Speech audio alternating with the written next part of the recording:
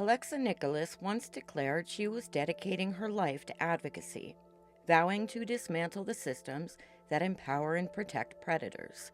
She promised to use her influence, her voice, her privilege, and her platform, Eat Predators, to fight the machinery that shields them, the fame, the money, the legal firepower. But the moment she partnered with attorney Andrew Brettler, arguably one of the most well-known engineers of that machinery, everything snapped into focus, because that's when it became undeniable to anyone paying attention. Alexa was not who she claimed to be. Yes, IMDb shows her last acting credit was in 2013, but did she ever really stop performing? Or did the venue simply change, with her writing the script, social media becoming the stage, and the audience being told it was advocacy? And that raises another question, one I can finally answer. What is the cost of a lie, and how many truths does it have to bury to survive? In 2022, someone reminded her of the principles she claimed to live by. Someone she presented as a stranger she barely knew, even though her own messages show he was someone who worked with her, supported her, knew her well, and refused to stay silent about who she really was. His name was Shift. Instead of looking inward or addressing what he said, Alexa erased him. She shunned him, discredited him, and rebranded him as her dangerous stalker. But as we established in Part 1, when we went through the court files from that initial proceeding, one fact was unmistakable. Shift was never Alexa's stalker.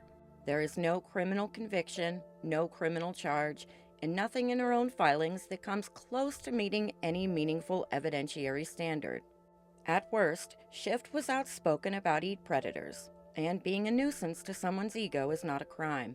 But that didn't matter, because Alexa only needed people to believe it did. So she obtained a civil restraining order through the civil court under the lowest evidentiary burden in the legal system, at a time when public sympathy was easy to manipulate and the truth was remarkably easy to bury. Which raises the question, how did the truth become so easy to suppress? The answer is influence. 2 years later, the record showed the same thing. No violations, no contact, and no basis to renew the order. And that created a very real problem, because every story needs a villain. So what happens when hers refuses to cooperate? Enter Andrew Brettler, the attorney whose roster reads like a roll call of Hollywood's most notorious predators. Did she really hire the very man she once rallied against just to preserve her story? And if you are who you eat, as the saying goes, then Eat Predators starts to sound less like a mission statement and more like a confession. After all, Brettler wasn't just her attorney, he's Armie Hammer's too. With Brettler beside her, Alexa secured that renewal of the protective order in 2025, despite 0 new violations. Because when evidence could not keep the story alive, Alexa knew exactly what, and more importantly, who could. And some of the evidence that surfaced in that proceeding? You'll see it didn't just fail to add up, it was engineered to fill the gaps. That moment, that choice, revealed more about Alexa's priorities than any protest she ever staged. She was not resisting systemic power. She was banking on people failing to notice she was still benefiting from it. In Part 1, we exposed the real nature of their relationship, the messages, the collaboration, the trust, the late-night calls, and the work he did for her and for Eat Predators. Shift wasn't a stranger. He wasn't a threat. Her own legal filings revealed he was simply someone who knew too much and refused to stop being inconvenient and pretend he ceased to exist. And for that, she had to rewrite him as a monster. Today in Part 2, we're going through the remaining court files, from the moment the order was granted to everything that came after. Power to survivors indeed, because in this situation, the survivor here is the truth. What follows is a case study in how one person exploited public empathy, weaponized it through the right systems, and used it to crush someone who had none of the money, fame, influence, or privilege required to access the Hollywood machinery that only protects the powerful. Part 2 is where the truth finally gets to speak. Alexa needs you to believe she's the exception to every rule. The attorney she once denounced as a defender of predators is now, conveniently, defending her, a survivor, against one. If you're going to choose any lawyer to defend you, just don't have it be the guy who defended, like, Danny Masterson or whatever his name. And in her world, the only thing that's impossible is the idea that she might not be the victim. But if Part 1 proved anything, it's that the only thing Shift was guilty of was being honest and expecting Alexa to abide by the principles she claimed to stand for. And yes, refusing to stop telling the truth about who she really was. And it turns out honesty, integrity, and refusing to back down from the truth come with a price tag so incomprehensible that most people do not have the luxury to pay it. So back to that question again. Do you really want to know the true cost of a lie, and how many truths it has to bury to survive? If you believe rewriting history should never be anyone's social media PR strategy, you're in the right place. My name is Loki, and today's forecast comes with a warning. Hurricane Alexa has been upgraded to a Category 5. Seek higher ground immediately, as the flood of lies is expected to make landfall any minute.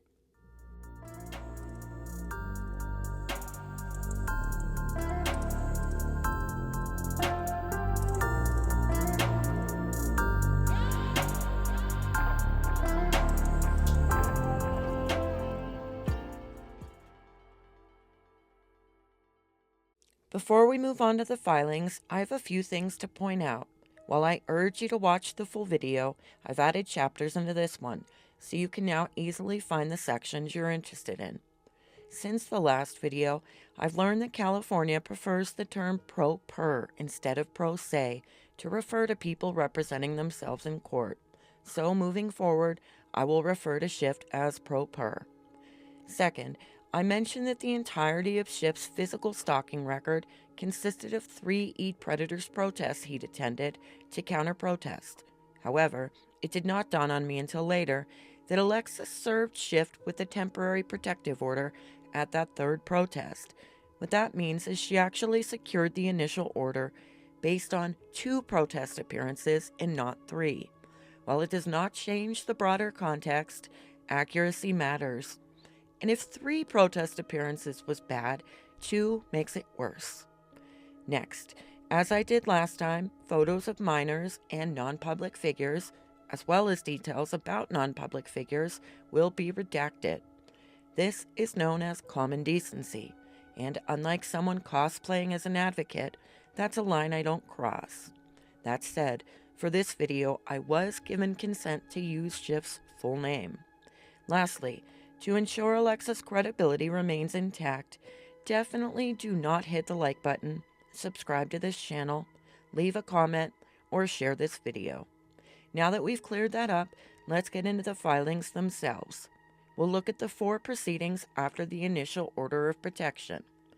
These include Shift's 2024 application for a protective order against Alexa, Shift's 2025 petition to terminate the order of protection, Alexa's 2025 Order of Protection renewal, and Shift's 2025 appeal. If you're wondering why Shift filed this order of protection against Alexa in 2024, you've already put in more thought than the court cared to. The request was denied almost immediately, with minimal consideration.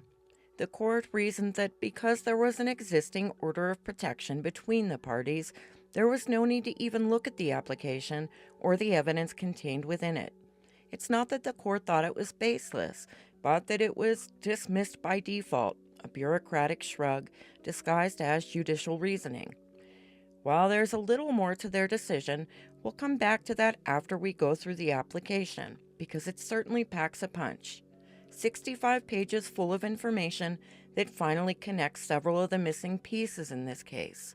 I mentioned in Part 1 that courts can look down on pro per respondents because they often submit more information than the court is interested in entertaining. I think it's easy for them, and also us, to forget that if someone's voice is in jeopardy, the legal filings can be the only way to make their voice heard.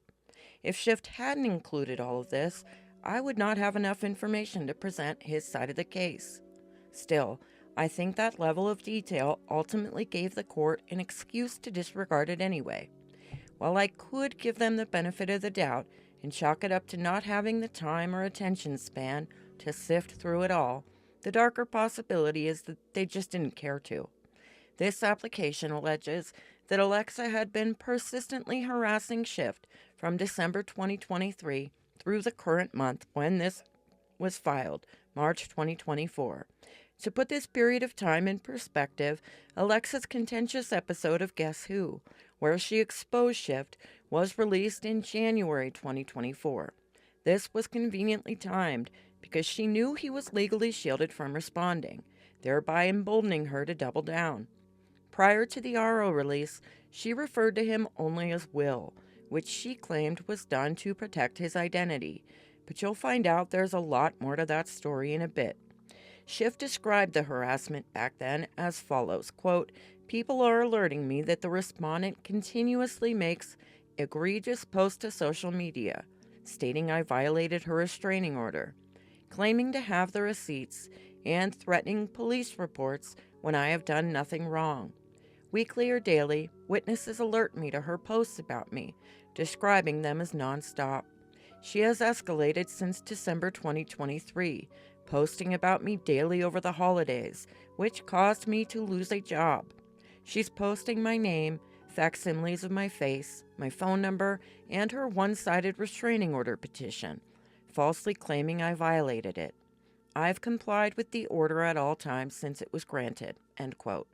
Schiff checked the box on the application, yes, in response to whether the respondent had threatened to use a gun or other weapon, and elaborated by saying, quote, "Respondent incites and encourages random strangers to threaten my safety with guns, mace, and even a DIY taser. They publicly plot to make false police statements claiming I am violent and dangerous, hoping police will harm me," end quote. This was in reference to some of the things Alexa was posting on social media, as well as the comments underneath the posts. Schiff stated that he had been harmed by this ongoing harassment, citing increasing endangerment by her intentionally inciting posts. He alleged that Alexa's conduct caused him to lose jobs, relationships, and income, and that third parties were constantly forwarding him her posts out of concern for his safety. He also claimed that Alexa had enlisted others to stalk and harass him, including people she had trained to create alias accounts to avoid risk. He asked the court to prohibit Alexa from harassing, intimidating, or contacting him, whether directly or indirectly, and to order her to stop making any public or visual references to him, whether through online posts, in effigy, or by inciting others to do so on her behalf. He also made a point of explaining why he could not communicate directly with Alexa, whether it was to request she take the videos down or to alert her about the filing, since she already had a protective order against him based on what he believed were false claims. He wrote, quote, "Therefore I cannot and have not contacted her," end quote. Any communication from Schiff to Alexa, even through formal legal channels, could be deemed a violation of that protective order. It created a legal paradox. Even serving her with court paperwork risked being interpreted as an infraction, potentially leading to contempt of court or criminal penalties for violating the order. And while that may sound bureaucratic, it also makes perfect sense when you think about their intended legal purpose. No one being harassed by someone, whether an obsessive fan or a crazed and abusive ex-partner, wants that person to be able to communicate with them directly. In those instances, the court's protection is needed to ensure safety. However, in this context, it's an unmistakable indicator that Schiff was still respecting and abiding by the court's orders, despite disagreeing with their decisions. That said, compliance with a court order obviously does not prove innocence. It's just worth mentioning that most stalkers aren't the type to stop because the court tells them to. Boundaries aren't often recognized, and they tend to escalate, violate, and persist. Though this doesn't prove anything, my point is merely that Schiff did not fit the mold.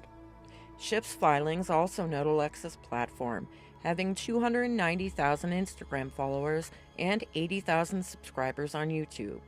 While these numbers have grown since then, I'd argue her influence was at its peak at that time.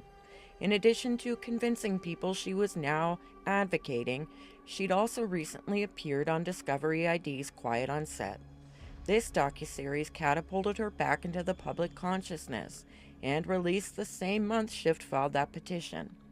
If you're unfamiliar with Quiet on Set, we'll get into that in a minute, but what matters here is the timing.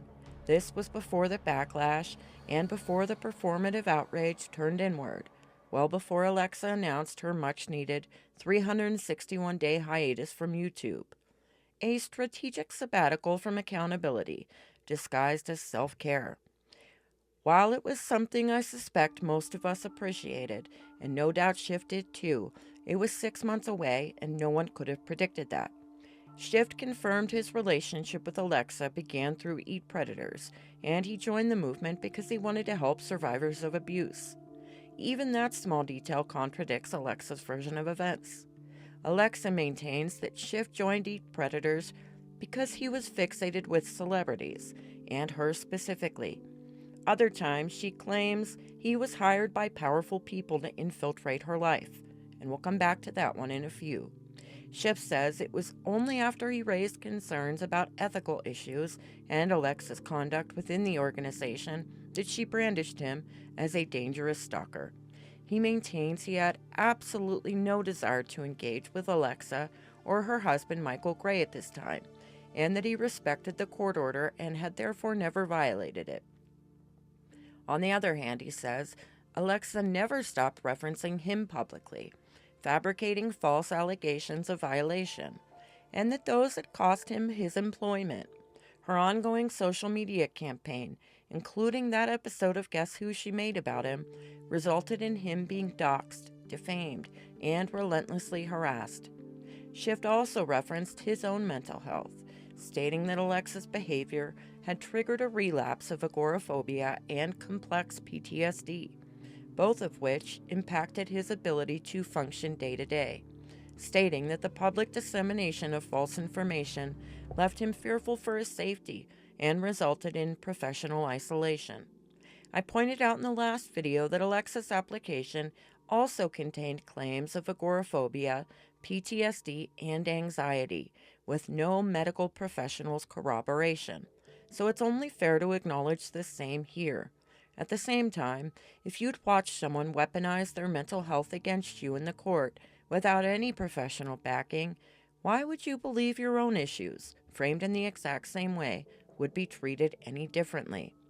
Shift reiterated that he has never stalked or posed a safety risk to Alexa, her family, or to anyone else. He explained that the only reason he hadn't filed earlier was because he'd been waiting for the outcome of his appeal, explaining that he believed he hadn't been given a fair opportunity to defend himself in those original proceedings. But given that Alexa's behavior had recently escalated, and her influence was growing significantly, it left him feeling powerless and continuously attacked. He was legally forbidden from even responding, and felt compelled to request the court to issue an order of protection for his safety. It's important to acknowledge the imbalance. Alexa was a growing public figure with a significantly sized platform and following. With no platform and no reach, Shift did not stand a chance at defending himself, even if he was allowed to. Many of Alexa's followers viewed her as being outspoken and brave, and many had been conditioned to conflate criticism as harassment and critical thinking as cruelty. Whether that conditioning came from her directly or simply from how skillfully she framed her narratives, the result was the same. Very few ever stopped to question whether what she said was true. In fact, many believed that questioning her at all wasn't just wrong, but doing so was abusive. To be clear, do not ever mistake questioning for cruelty. It's the only safeguard we have to separate truth from performance. And if someone tells you or tries to convince you that questioning is harmful, it's the biggest indicator that they're not looking to protect anyone but themselves, and least of all victims. They are protecting power. But when a public figure brands an ordinary person as a dangerous stalker, and that public figure's audience is fiercely loyal, protective, and sometimes irrational, justice can be mistaken for revenge. While one could argue that Alexa was being careful to tell people not to retaliate against him, her decision to repeatedly and publicly amplify these accusations sent the opposite message. To those supporters, defending her by attacking him was not harassment, it was righteousness. That's the predicament Schiff found himself in. Silenced by law, while the person legally protected from him was free to keep shaping the narrative. And I can't say this enough.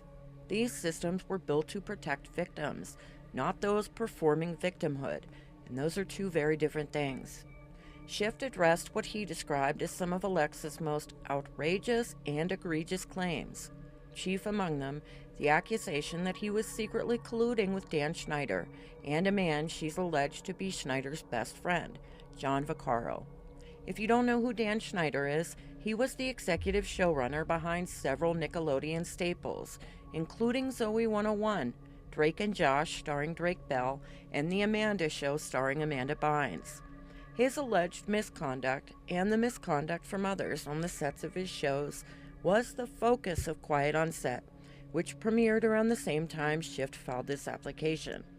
There's no denying Alexa played a pivotal role in it, not only by appearing and sharing her experiences working for Schneider, but because it was her interviews and the stories she told in them that reportedly secured the funding for the series.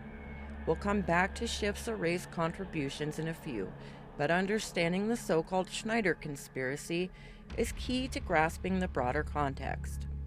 Alexa has claimed that Schneider orchestrated a coordinated smear campaign against her. Depending on the day, it's either in retaliation for what she said on Quiet on Set, or in retaliation for the things she dealt with on the set of Zoe 101 when she was 13. In both versions, though, Schneider and the person she alleges to be his best friend, John Vaccaro, are behind everything, including Schiff. Her theory? They hired Schiff to infiltrate both her personal life and eat predators, all in an effort to harass, stalk, discredit, and terrorize her. It's an accusation she's repeated, and it remains one of the most serious and least plausible things she's theorized. The Schneider theory only works if you can't separate Alexa's bravery from her behavior. I've never understood why courage in one moment should grant lifetime credibility.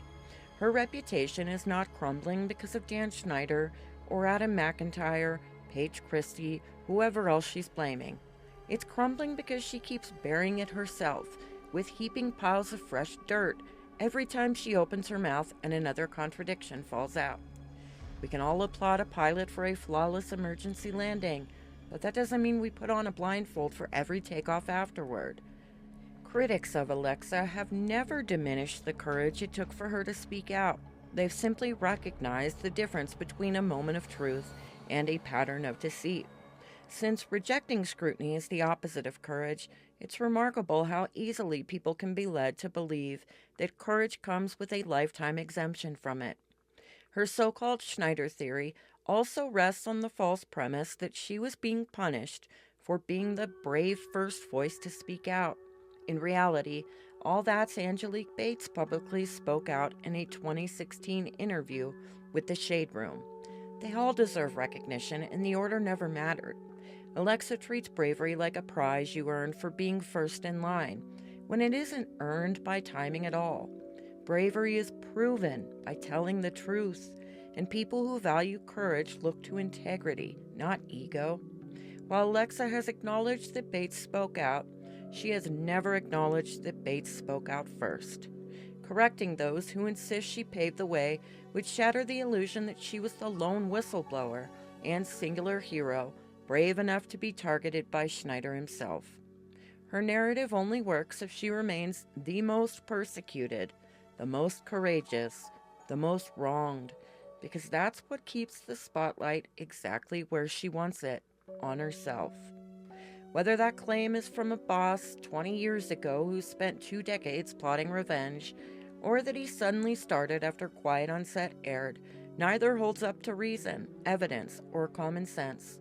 Schiff acknowledged in his application that he'd released an episode of his podcast, Good Morning Mayberry, about Schneider's wrongdoings, but he categorically denied any connection to either Schneider or Vaccaro. The irony is that quiet on set actually did start Alexa's downfall, just as quickly as it lifted her up, but that had everything to do with her sudden loyalty to Drake Bell, which came as a surprise after he became the main focus of quiet on set, and after Alexa had already spoken out against him. Another theory Alexa entertained, which Shift refuted in these filings, is the idea that he was secretly colluding with TriStar, the studio where she held the first of the 3 Eat Predators protests he counter-protested. The evidence here was pretty compelling. Someone saw Shift walk into the TriStar building after the protest was shut down. For anyone unclear on how parking garages function, paying to park typically gives you legitimate access to the building, so you can actually get back to your car. Rather than considering that obvious explanation, it was far more exciting to imagine he was striding in to pick up his huge paycheck as the lone hired counter-protester, and also conveniently strengthened Alexa's preferred narrative at the same time. Shift goes on to offer an apology for any distress Alexa feels, while emphasizing that he cannot control who follows him online. You could interpret this as empathy, that despite everything, he still felt compassion for someone who destroyed his life. Or you could see it as a byproduct of gaslighting, that Shift, despite being Alexa's victim, had been manipulated into believing he'd somehow caused her distress. Or perhaps most realistically, you could see it as a response of someone who recognized how irrational her behavior had become, but still chose to meet it with grace. When I thought about this, I realized that despite everything this had already cost him, and we'll get to the full extent of that in a bit, he was still capable of extending sympathy. And then it hit me. Not once has Alexa expressed regret about having to say these things to someone in order to protect her safety, because she doesn't regret it. That absence of remorse says a lot. Next came the photo of Shift holding N. Shift argued that if posting a single photo of her were truly dangerous, then her parents wouldn't have continued posting photos of her, in far greater detail, far more often, with their hundreds of thousands of followers. Finally, he reiterated what we've already seen. The 3 incidents Alexa cites as stalking were actually 3 public counter-protests, where he chose to counter-protest Eat Predators. He explained that his decision to do so was not to provoke Alexa, but to warn others that the snake leading the charge was not out to eat predators after all, but was eating survivors instead. And as an additional note, Shift confirmed in his application that he had no criminal record, something I independently verified through a background check. While no criminal conviction is there, we will talk about what does show up in a bit. Shift also gives additional insight into how the Eat Predators debacle unfolded, as well as why the other co-founders, the ones Alexa has since tried to erase, walked away from the movement they'd helped co-found. He explains that he learned of Eat Predators through a friendship he formed with someone named Amanda in September 2022. He describes the original rift that caused 2 of the other co-founders, Kaylee and Kay, to abandon the movement they'd co-founded. Among their reasons was a professional concern. Both were trauma-informed, educated advocates who had advised Alexa against creating a public book club. Their reasoning was sound. Discussing trauma in an open, unmoderated forum could easily re-traumatize participants, particularly when some might be struggling with untreated mental health conditions, and sticking to the paid membership model was safer. They also believed Alexa would benefit from trauma-informed training before facilitating that kind of group, both for her own well-being and for the safety of others. But in classic Alexa fashion, that concern was recast as an attack on her personally, and their warnings turned into proof that they cared more about profit than advocacy. That framing served 2 purposes. It allowed Alexa to appear as the one true advocate, the one who cared more about survivors than money, and it put her back in the role she's most comfortable in, the victim. The evidence here speaks for itself. Even years later, Alexa continues to insist that the trauma she survived is all the training she needs to safely advocate for others. Against professional guidance, she launched the public book club anyway, a decision that directly contributed to both Kaylee and Kay walking away. One detail from Kaylee and Alexa's fallout is particularly telling. Kaylee had used her own money to cover Eat Predator's expenses, including paying for Uber rides to transport protesters to and from demonstrations. The amount owed to her was $140, a small but symbolic sum that, like so many of Alexa's disputes, seemed to become a lingering point of contention.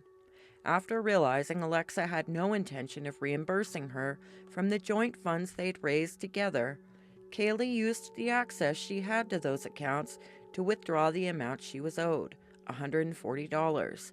But just as with Shift, many of the people who are close to Alexa at one point and have a falling out with her will eventually get their own episode of her contentious Guess Who series, and Kaylee and Kay were no exception. In Kaylee's episode, she accused her of stealing money. How much? $140. Of course, in Alexa's version, she didn't tell us that Kaylee was simply reclaiming the amount she was owed. To be fair, theft is theft, regardless of the amount. But you can't deny that $140 sounds far more like a reasonable reimbursement than proof of a grand act of embezzlement. While anything is possible, the cost of abandoning one's principles for a chunk of money usually comes at a higher price than 2 tanks of gas. Alexa's next reckless decision came when she invited members of that public book club into a private Discord space that was originally designed and set up by those co-founders to be reserved for paid members only. Alexa told us this was a decision she made solely out of compassion. She just didn't have it in her heart to charge survivors any money to join. While that may be true, she was able to use it as further proof that she was the one prioritizing advocacy over profit. The reality is that her trauma-informed co-founders saw that as a reckless decision, even if it came from a good place. These spaces are built for safety, confidentiality, and trust. Opening them up to the public was, at best, deeply naive, and at worst, actively dangerous. These environments require careful moderation and clear boundaries because they are uniquely vulnerable to trolls, voyeurs, and people who want to exploit or invalidate others' trauma. Without structure, they can easily re-traumatize participants by destroying the very safety they are meant to provide. Even well-meaning but untrained people can cause harm by offering unsolicited advice, minimizing experiences, or derailing conversations. This was the entire reason her co-founders urged training in the first place. With proper trauma-informed education, she would have understood the basic principles of safety, confidentiality, and structure, and recognized that a public trauma space is not a noble idea at all, but a contradiction in terms. I highly doubt either of them suggested that training because they suspected Alexa intended harm, but because she was just uninformed, and that was why it mattered. But as we know, Alexa interpreting correction as an attack is also telling, as it reveals where her priorities sit. I suspect this also explains why Alexa vilified her co-founders over their paid membership model. I doubt that it was ever about money, but probably about recognizing that a barrier to entry was necessary to preserve the integrity of the space they were building. There's no perfect safeguard, but a modest fee does act as a filter for sincerity. People seeking genuine healing are far more likely to make that small investment than those driven by malice, voyeurism, or idle curiosity. It functions much like a pet adoption fee, not to generate profit, but to ensure commitment and discourage harm. So which explanation makes more sense? Trauma-informed co-founders were trying to protect the emotional safety of vulnerable people, or that they were doing that for a greedy cash grab. That brings us to one of the most revealing ironies in this entire Shift situation. Think back to Alexa's original application, where she claimed the entire survivor community was suddenly in danger because Shift had allegedly threatened to leak the trauma they'd confided in him. According to Alexa, he had gained their trust, collected their most vulnerable stories, and was now unraveling, planning to weaponize those stories against them. Except that's not what happened. What he actually said was that he would expose what Alexa said about the community members, not their trauma, her words about them. That distinction matters, and it explains why panic took hold so quickly. Panic does not spread on its own, it spreads when someone fans the flames. And she did. The community turned on him immediately, and Alexa secured exactly what she needed from them: his isolation, his silence, and a ready-made villain to prop up her narrative. They didn't just watch it happen, they completed the scene for her. Because the moment they believed he was dangerous, she had them, and she had Shift, exactly where she wanted them. At the community's expense, she used their fear to finish her story. But back to that irony. Even if her claim had been true, she would share equal responsibility for creating the very danger she later leveraged. Against the advice of her trauma-informed co-founders, Alexa was the only one who chose to make that space public. And this is what the co-founders were trying to prevent. She stripped away the safety structures meant to protect those people, then turned around and claimed they were in danger. If the group was ever truly at risk, that outcome would have been the result of her decision, not anyone else's. Accountability matters in advocacy. In that moment, her priorities were revealed, because for an advocate, accountability would have started right there. And the pattern repeats: creating a problem, weaponizing the fallout, and refusing to acknowledge a role in any of it. It is not unfamiliar behavior, it's simply never her fault, and everyone else is forced to pay the consequences of her choices. When Alexa first announced to the world that she was being stalked, she didn't use Shift's real name. She called him Will. And you don't need a better example of how calculated that choice was. She framed it as a clever reference and a way to protect his identity, but anyone paying attention knows that explanation does not hold up. The first book her supposedly private support circle read together, in a space that was designed to be private but had been made public, featured a main character named Will. In the story, he appears to be a protector of survivors, offering safety, trust, and community. Only later is he revealed as the predator, harvesting survivors' trauma to exploit and use against them. If that sounds familiar, it should. Alexa knew that story intimately. She led those discussions. She absorbed that narrative. But more importantly, she also knew what the name William meant to Shift. They had discussed it. She knew William was prominently tattooed on his arm as a tribute to his late father. It was deeply personal and it mattered to him. So when she chose Will, Alexa knew it wasn't meta, it wasn't protective, it was intentional and pointed. It was designed to wound in a way that only someone with inside knowledge could. A private meaning weaponized for public impact. So when you put the pieces together, it becomes difficult to see that choice as anything other than deliberate, targeted cruelty. A quiet act designed to cause maximum emotional injury while maintaining plausible deniability. Each detail on its own may look harmless. In full context, they form a very different picture. Someone willing to weaponize intimate knowledge while calling it advocacy. And unfortunately, he is far from the first person she has treated that way. On their own, you could dismiss each of these as a coincidence, but then again, My mom says this, and I really like this saying, where she says, too many coincidences equals a plan. therefore, was the plan to cause maximum emotional damage while maintaining plausible deniability, or maybe weaponizing intimate knowledge and calling it advocacy. Shift also knew he wasn't the first. His application details how he joined the community shortly after Kaylee and Kay had been ostracized, and he watched in real time as Alexa turned the community against them. She told the group both Kaylee and Kay had been secretly bullying her and harassing her behind the scenes. Another simple goal: rewrite the narrative before they could speak, then strip their version of credibility before it was ever even said. If this behavior looks new to you, I'm sorry to tell you have not been paying attention. The pattern is predictable: disavow, discredit, isolate, claim danger once objections arise. That way, if the person ever tries to tell their version of the story, it reads like retaliation instead of truth. For Alexa, if she can nip dissent in the bud, then no one will pay attention to the other version. Moving on, Schiff talks about his role in Eat Predators.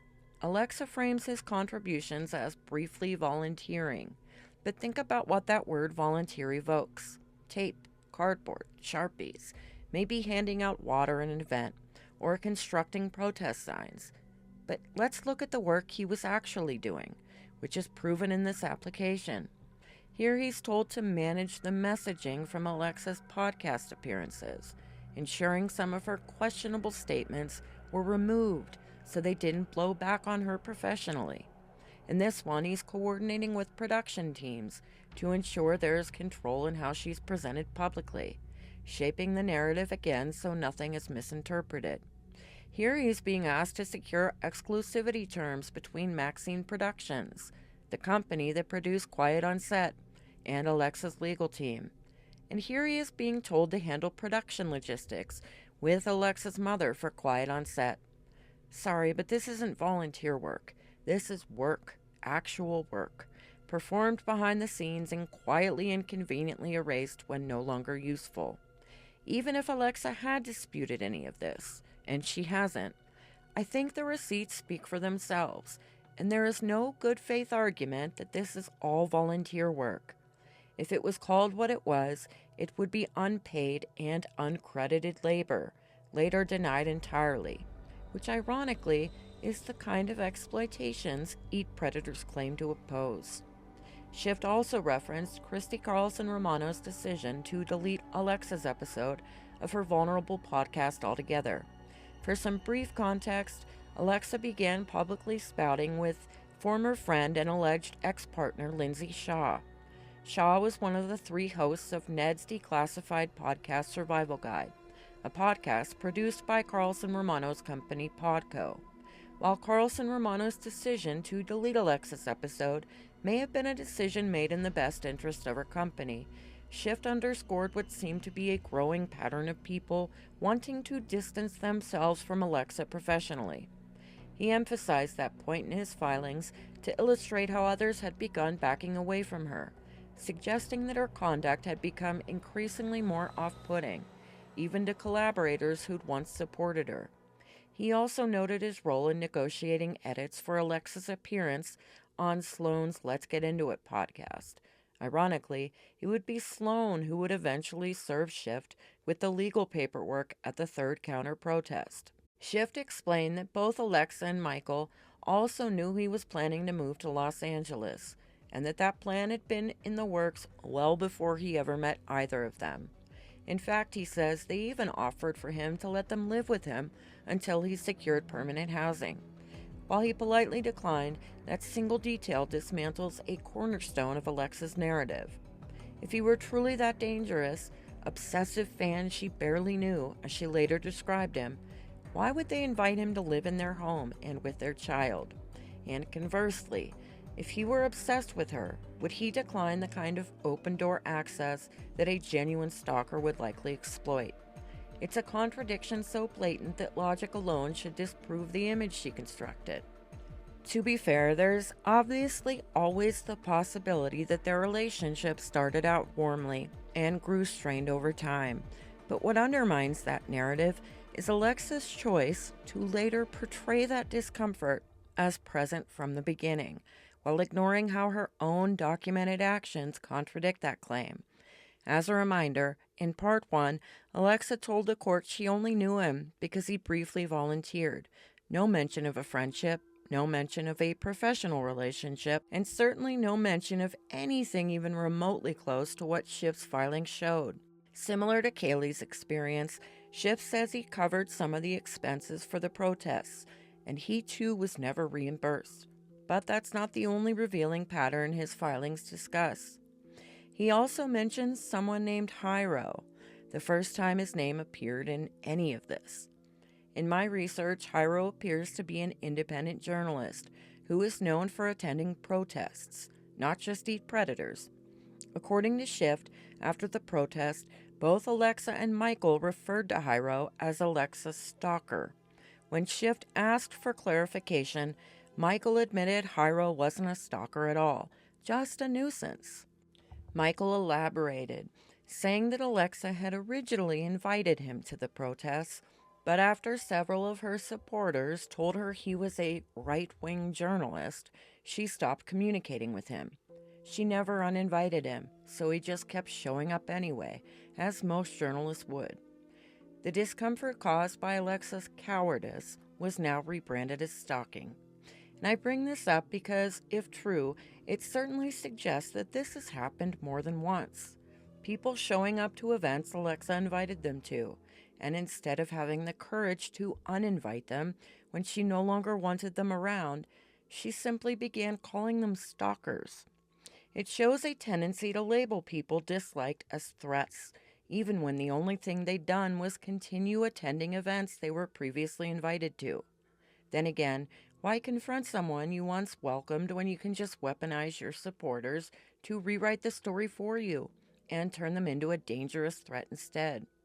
Hyro is irrelevant beyond this, but keep the name in the back of your mind as he will come back up again in Alexa's Renewal. Even more revealing, though, is what these filings reveal about Alexa and Michael's trust in Shift. According to Shift, while a protest was underway, their daughter started crying from the noise and chaos. That makes perfect sense for a 2-year-old. The press was there and cameras were rolling. Alexa was performing for the crowd, so who did they ask to take their toddler away from that chaos, to soothe her and keep her calm? I'll give you one guess. And that isn't surprising based on what we now know. They both knew he was a trained doula and had worked as an in-home healthcare provider for vulnerable individuals, and that's exactly why they trusted him. He was someone used to caregiving, responsibility, emotional regulation, and protecting vulnerable people. This wasn't a casual handoff to a brief volunteer. It was entrusting a 2-year-old to someone they relied on in moments of stress. And that raises a very simple question any parent should be able to answer. Would you hand your toddler to someone you told the court you barely knew? Someone you publicly portrayed as unstable and dangerous the entire time? If you truly believe someone was obsessed with you, why would you let them walk away with your child, out of sight, to take her away from a public space to a private one? Even accepting Alexa's timeline exactly as she presents it, that she barely knew him and was supposedly fearful from the beginning, the situation becomes impossible to reconcile. By her own telling, she mistrusted him, and yet she placed her 2-year-old in his care? Those two realities cannot coexist. Either he was trusted or he was dangerous. And in this case, the conduct and not the captions tell the truth. If Alexa's framing were accurate, this wouldn't just be a lapse in judgment. It would be far worse, because no parent alive would hand their toddler to someone they believed was unstable, obsessive, or dangerous. And then to stand before a court and the public and portray that same person as a threat from the beginning, crying to the court that you're afraid they're going to harm your child, while omitting the part where you relied on him to care for that child. That isn't protection, it's blatant misrepresentation. I don't care if he cared for her for 20 minutes or 20 days. That single contradiction exposes more about how that protective order narrative was deceitfully constructed than anything in Alexa's filings say about Shift. Shortly after the protest, Halloween arrived, and like most of us do when someone barely knows us, makes us uncomfortable, and terrifies us, Alexa and Michael invited Shift to go trick-or-treating with them and their toddler and Alexa's mother. The 5 of them walked door to door together around Santa Monica.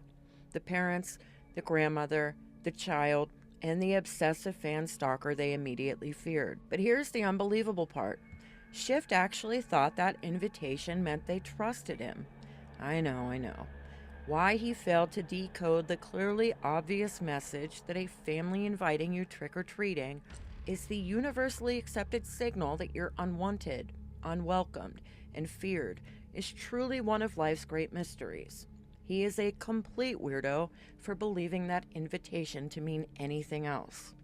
Nonetheless, it was around this time that they'd advised him they were planning to incorporate eat predators, and Schiff immediately expressed concern for that. Whether you think he had the right to or not is irrelevant, but you have to remember he signed up to help an advocacy collective and not a for-profit incorporated company deceiving people into believing they were a survivor collective. They didn't even brush his concerns off either. They promised they'd discuss it later. He left and headed back up to Northern California temporarily to get more of his stuff with the plan of returning soon after. He continued doing work for them. They went silent on him. The great cutoff. No conversation, no closure, no honesty, just silence. And it gets worse. Schiff says he immediately realized he left something important at their house, so he called them immediately after he left. They advised him that he didn't have to turn around to come back to get it, but that they'd keep it safe there for him. What it was, I don't know, but it was obviously an important possession. But instead of keeping their promise, they cowardly cut him out of their lives instead, and pretended he never existed. You don't have to like someone to be a decent human being. You don't have to want them in your life to return the belongings they entrusted you with. Keeping something deeply personal from someone you discarded, someone you ghosted, is not just petty, it's predatory and cruel. It also exposes exactly who they are.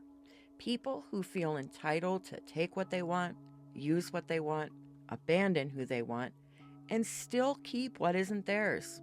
It's grotesque. No rational person behaves that way. And if you can look at the messages on screen and still insist that Alexa accurately represented the scope of his involvement or the nature of their relationship, then you are either not being honest with yourself or you do not understand how professional collaboration works. These are not the communications of a brief volunteer. These are communications of someone functioning as part of a publicity and production team. Find me one person established in the entertainment industry who would hand editorial oversight, production logistics, free boarding, and even childcare over to someone they barely knew. These are all indicative of trust and collaboration, showing mutual consent, and proved that his role evolved beyond professional labor, a role that in any legitimate organization would come with credit, compensation, and respect. Even without pay, any reasonable person would expect future access or acknowledgement prior to taking on that kind of work. And that's not delusion or entitlement, it's basic fairness. So then the question becomes, would the court have viewed Schiff as a credible threat if Alexa had acknowledged their collaboration, the trust she and her husband placed in him, and the childcare he was entrusted with?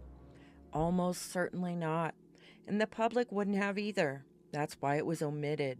It wasn't an accident. It wasn't a desire to provide the bare minimum of information. It was necessary. You cannot create a narrative of fear unless you strip away the evidence of trust. You cannot frame someone as a stalker unless you erase the history that contradicts it. If Alexa had represented the relationship truthfully, if she had told the court that Schiff facilitated interviews, coordinated production edits, and cared for the welfare of her child, the entire narrative would have collapsed, because without fear and threat, there is no legal basis for a protective order, and she would not have qualified for one. If those facts had been presented honestly, the entire narrative would have collapsed on impact. Nothing the court relied on would have looked dangerous, because none of it was. These incidents only resemble predatory behavior when the truth is carved out of them and the empty shell is held up as evidence. And let's be clear, this wasn't a failure of the court or a consequence of our instinct to be compassionate toward those who claim harm. The respondent, Alexa, built their entire case around that misinterpretation. They needed us and the court to see confusion instead of context, threat instead of truth, and fear where none existed. The misunderstanding was not accidental, it was engineered. The distortion was not the fallout, it was the function.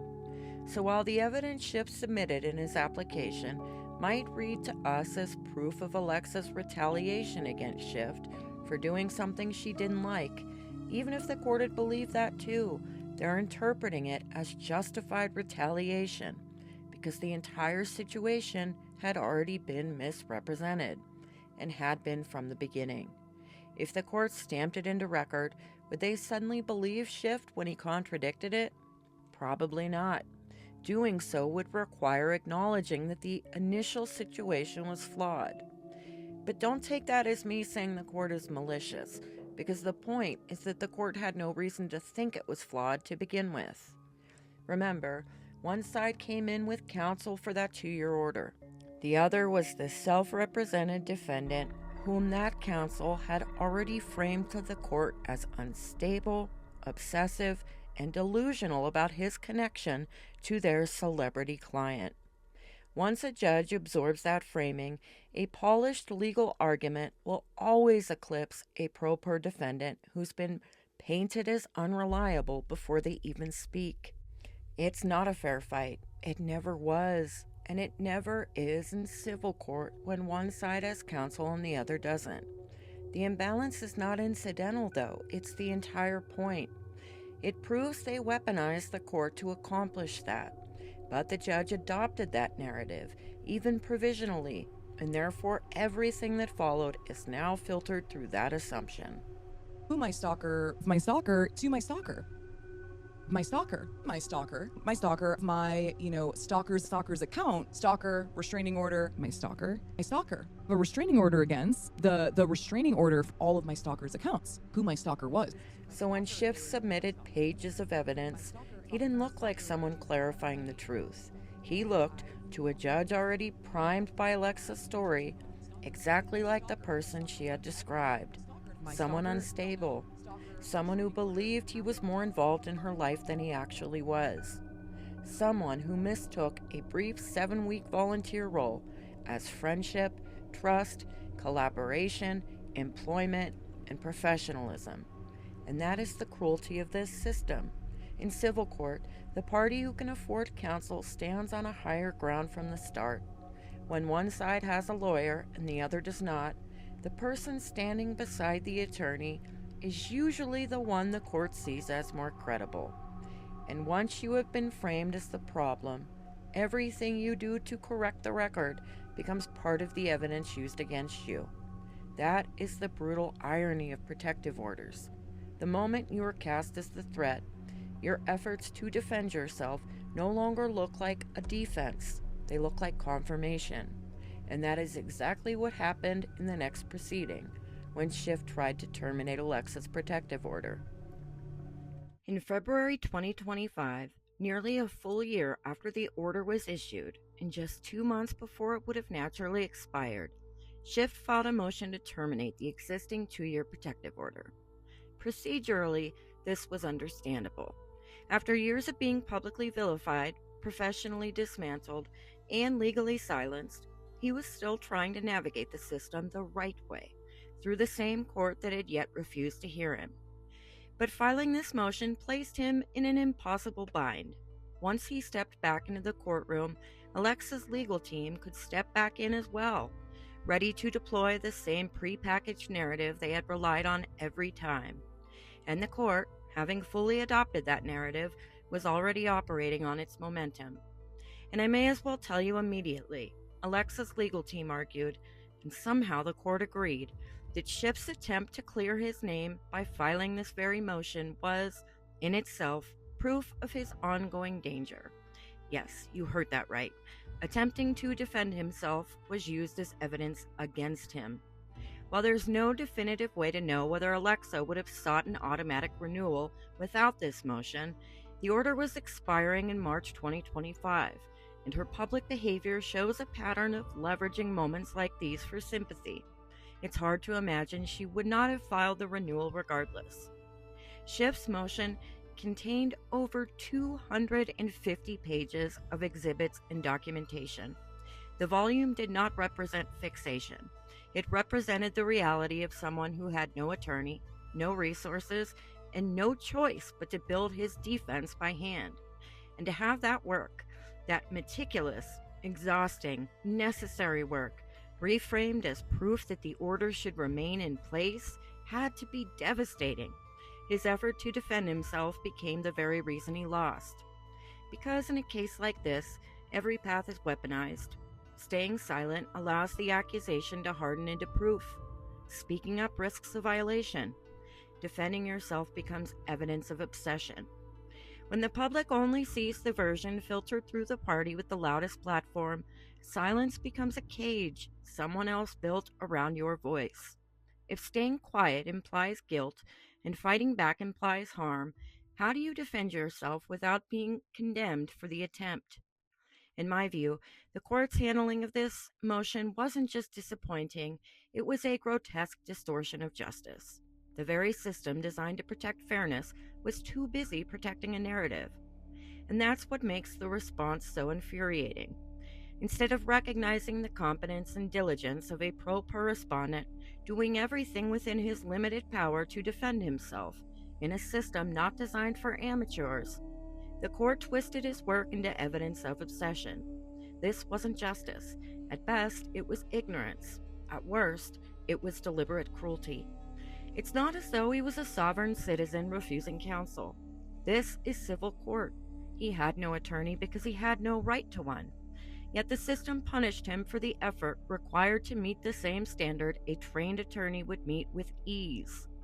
And the timing is hard to ignore too. Not long before filing this motion, Schiff filed a separate request asserting that the presiding judge had acted with partiality. Accusing a court of bias is always an extraordinary claim, but in this case, the record supported the concern. Judging by the dismissive tone in the court's response and their decision to treat his evidence as pathology, it's difficult not to conclude that he was being punished for daring to question the court's neutrality. I could easily make an entire series out of this motion alone. The exhibits document the fallout he faced after being publicly branded a stalker by someone with a far larger platform. And as you'd expect, her fan base, emotionally invested and deeply parasocial, went after him. Harassment accounts appeared, accusations spread, people targeted him based entirely on a danger they genuinely believed he posed to Alexa. For clarity, I'm not suggesting Alexa directed this, nor is she responsible for the individual decisions of her followers. But her rhetoric, the constant inflation of a threat I do not believe she was actually in, laid the groundwork. It created the emotional conditions that made these actions feel justified to her audience. So while she isn't responsible for each individual attack, she is responsible for cultivating a narrative of imminent danger that mobilized strangers to protect her from a threat that, at least in my view, never existed. Now, because Schiff's motion includes so many examples of the real-world impact of that narrative, I'm not walking through every detail here. Not to obscure anything, you'll see all of it, but because much of this motion directly overlaps with an entire chapter later in this video, the real-life consequences the order had on his reputation, livelihood, and day-to-day existence. The context matters, but we don't need to cover the same material twice. This is the only reason I'm moving quickly through this here. And honestly, I'm doing it deliberately. If it feels like I'm skating through this chapter too fast, it's intentional. It symbolically mirrors exactly how the court treated it, dismissively, carelessly, and without the consideration it deserved. And just like the court, we're moving on, for now. But unlike the court, we are coming back. Once we finish Alexa's renewal hearing, we'll return to these filings and go through them in detail when we talk about the impact this ordeal had on Schiff's life. From the way the court handled this motion, it was clear Alexa did not need to weaponize the system anymore. The system was doing it for her. What followed was not justice, it was performance, with a gavel as a prop. And as is becoming a pattern, negligence in trial court does not die in trial court. It lingers. It embeds itself in the record. It echoes through renewals and the appeals. And nowhere is that echo louder than in the next proceeding, Alexa's 2025 renewal hearing. Even under ordinary circumstances, domestic violence restraining orders are rarely denied after they're issued in California. That alone makes termination difficult, and renewals almost automatic. That said, given the way this case had gone, it's reasonable to feel as though the outcome was predetermined, long before the procedure began. I think it's evident in the court's posture, its tone, and its handling of the arguments that it had already made its mind up about shift long before it pretended to address the evidence. Each petition is supposed to be evaluated independently, though, even when a judge has to take one's full history and prior rulings into consideration. The law requires fresh consideration, not automatic extension. While it's not a surprise that it turned out the way it did, the record raises real questions about whether the standard was even honored in this proceeding. Then again, if the initial order was issued based on that distortion, this proves the domino effect that has. While we know these orders are meant to serve the vital purpose of protecting people who are genuinely at risk, what happened here looked less to me like protection and more like judicial overreach. To understand why, we need to remember the original order of protection covered Alexa, her husband Michael Gray, and their 2-year-old daughter. California does not recognize common law marriage, and while they don't require a petitioner to prove a valid marriage to list a spouse as a protected party, adding a spouse is still supposed to be based on a legal fact. Proving a legal fact would mean providing a valid marriage certificate or registered domestic partnership. Courts are still expected to rely on credible evidence before extending protections to someone presented as a spouse. I'll eventually get to why Schiff didn't have the luxury of obtaining representation, but the result of that meant there was no one there who knew better at the initial hearing to compel the court to demand proof that Michael Gray was Alexa's legal spouse. That makes sense to me, and it's an example of how dangerous it can be to represent oneself, even in a civil proceeding, because the mistakes made there put Schiff in an impossible bind for every procedure that followed, including this one. But it was obvious he had learned a lot in those 2 years of self-representation, because he wasted no time in asking the court on what legal basis Michael Gray was being treated as a protected spouse in the renewal. This wasn't just a reasonable question. If you'd had a front row seat to Alexa's performances for 2 years and saw firsthand what she was capable of misrepresenting, would you not then wonder whether the nature of her relationship with Michael Gray had been misrepresented too? The court, however, outright denied Schiff's motion to require proof of their marital status.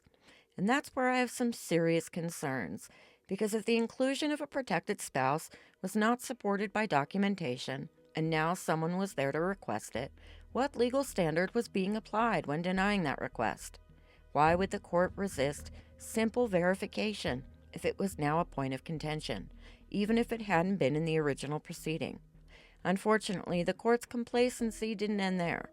Between the original order and the renewal, Alexa and Michael welcomed their second child, a son. The child that hadn't even been born when the original order was granted was somehow added as an additional protected party in this renewal. While that decision might sound harmless and insignificant, it's neither. Renewing a protective order and expanding one are two very different things.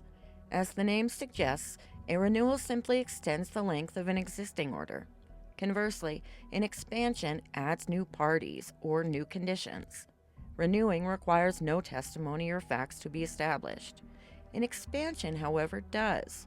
Why then did the court require no new testimony, new evidence, or a single piece of justification to extend the order to include that newest child in the renewal hearing? If there are no new allegations, threats, or documented violations, there's no legal basis for the court to expand that protection to include an additional person. Viewed in full, those two decisions alone look less to me like a careful act of protection and more like a judicial endorsement of one side. They didn't just extend the order, they expanded it, thereby broadening its reach and cementing a narrative that had never been proven. The imbalance becomes undeniable here, strict for one side, lenient for the other. Everything comes down to one question: was this a legitimate exercise of judicial discretion, or an overreach stripped of due process and justification? There's legal precedent for us to rely on that actually answers this. In the case of marriage of FM and MM linked in the source document, The court affirmed that the post-order changes could be considered, but those changes do not relieve the applicant of the burden to show why new protections are warranted. Without that showing, any expansion of the order is not just improper, it's a procedural violation. It's one thing for the system to err on the side of caution. That is its purpose in these cases. But this didn't look like caution.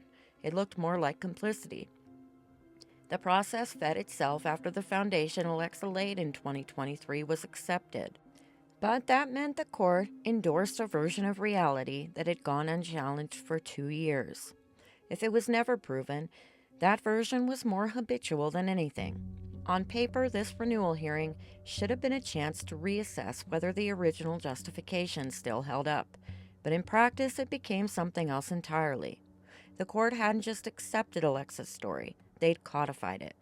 Alexa's statements reverberated from that first hearing and echoed through every proceeding that followed. But in the case of her statements, that echo was essential because they had absolutely nothing new to justify requesting the renewal. Even the most avid Alexa supporters cannot deny there was absolutely nothing to justify requesting the renewal. But with this system, they didn't necessarily need anything new either.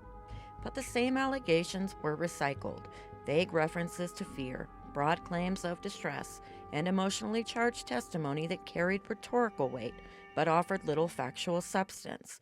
But again, if it wasn't broken, why fix it? But maybe the renewal wasn't about new facts at all.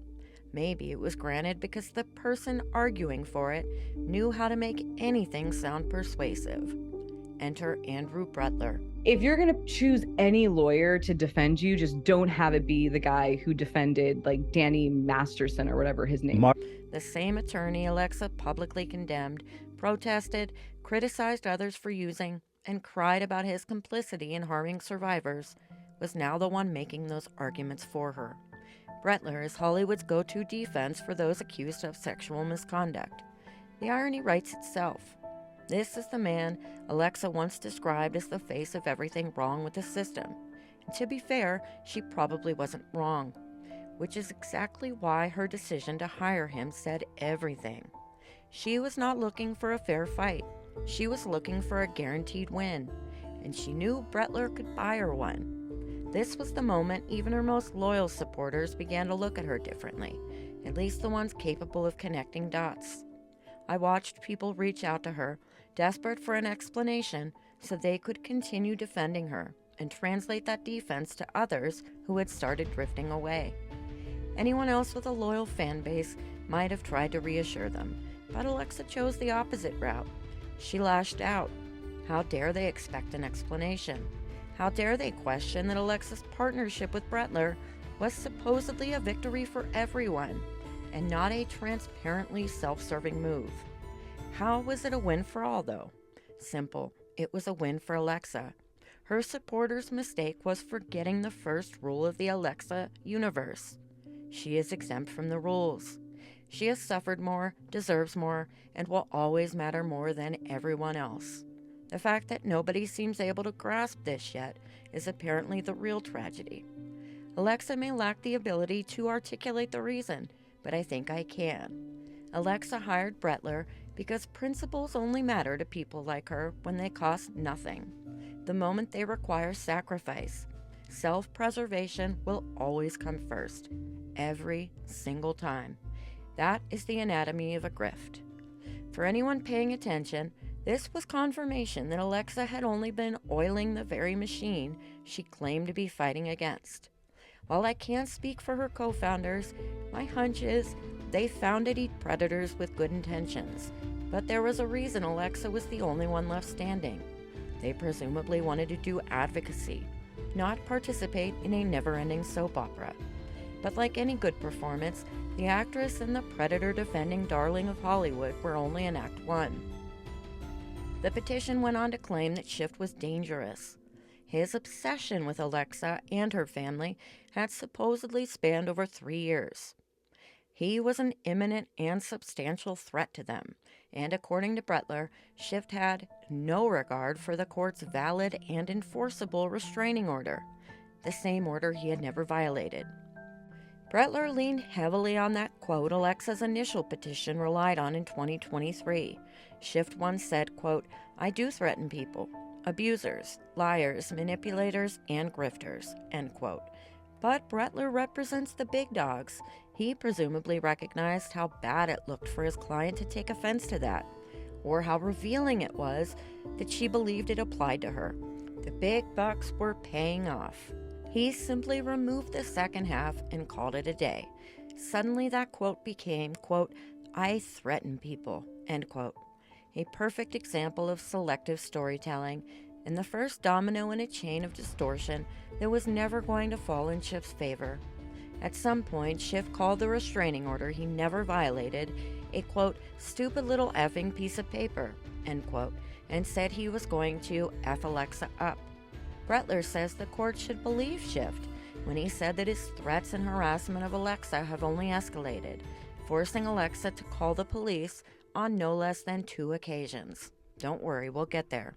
Per Brettler, Schiff's repeated violations were too numerous to count, which is seriously impressive, considering there wasn't a single one. Apparently, the only thing harder than proving a violation is counting them.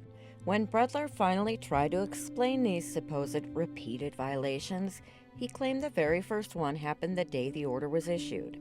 According to him, within hours of leaving court, Schiff posted, quote, "Court is going to be fun for me," end quote.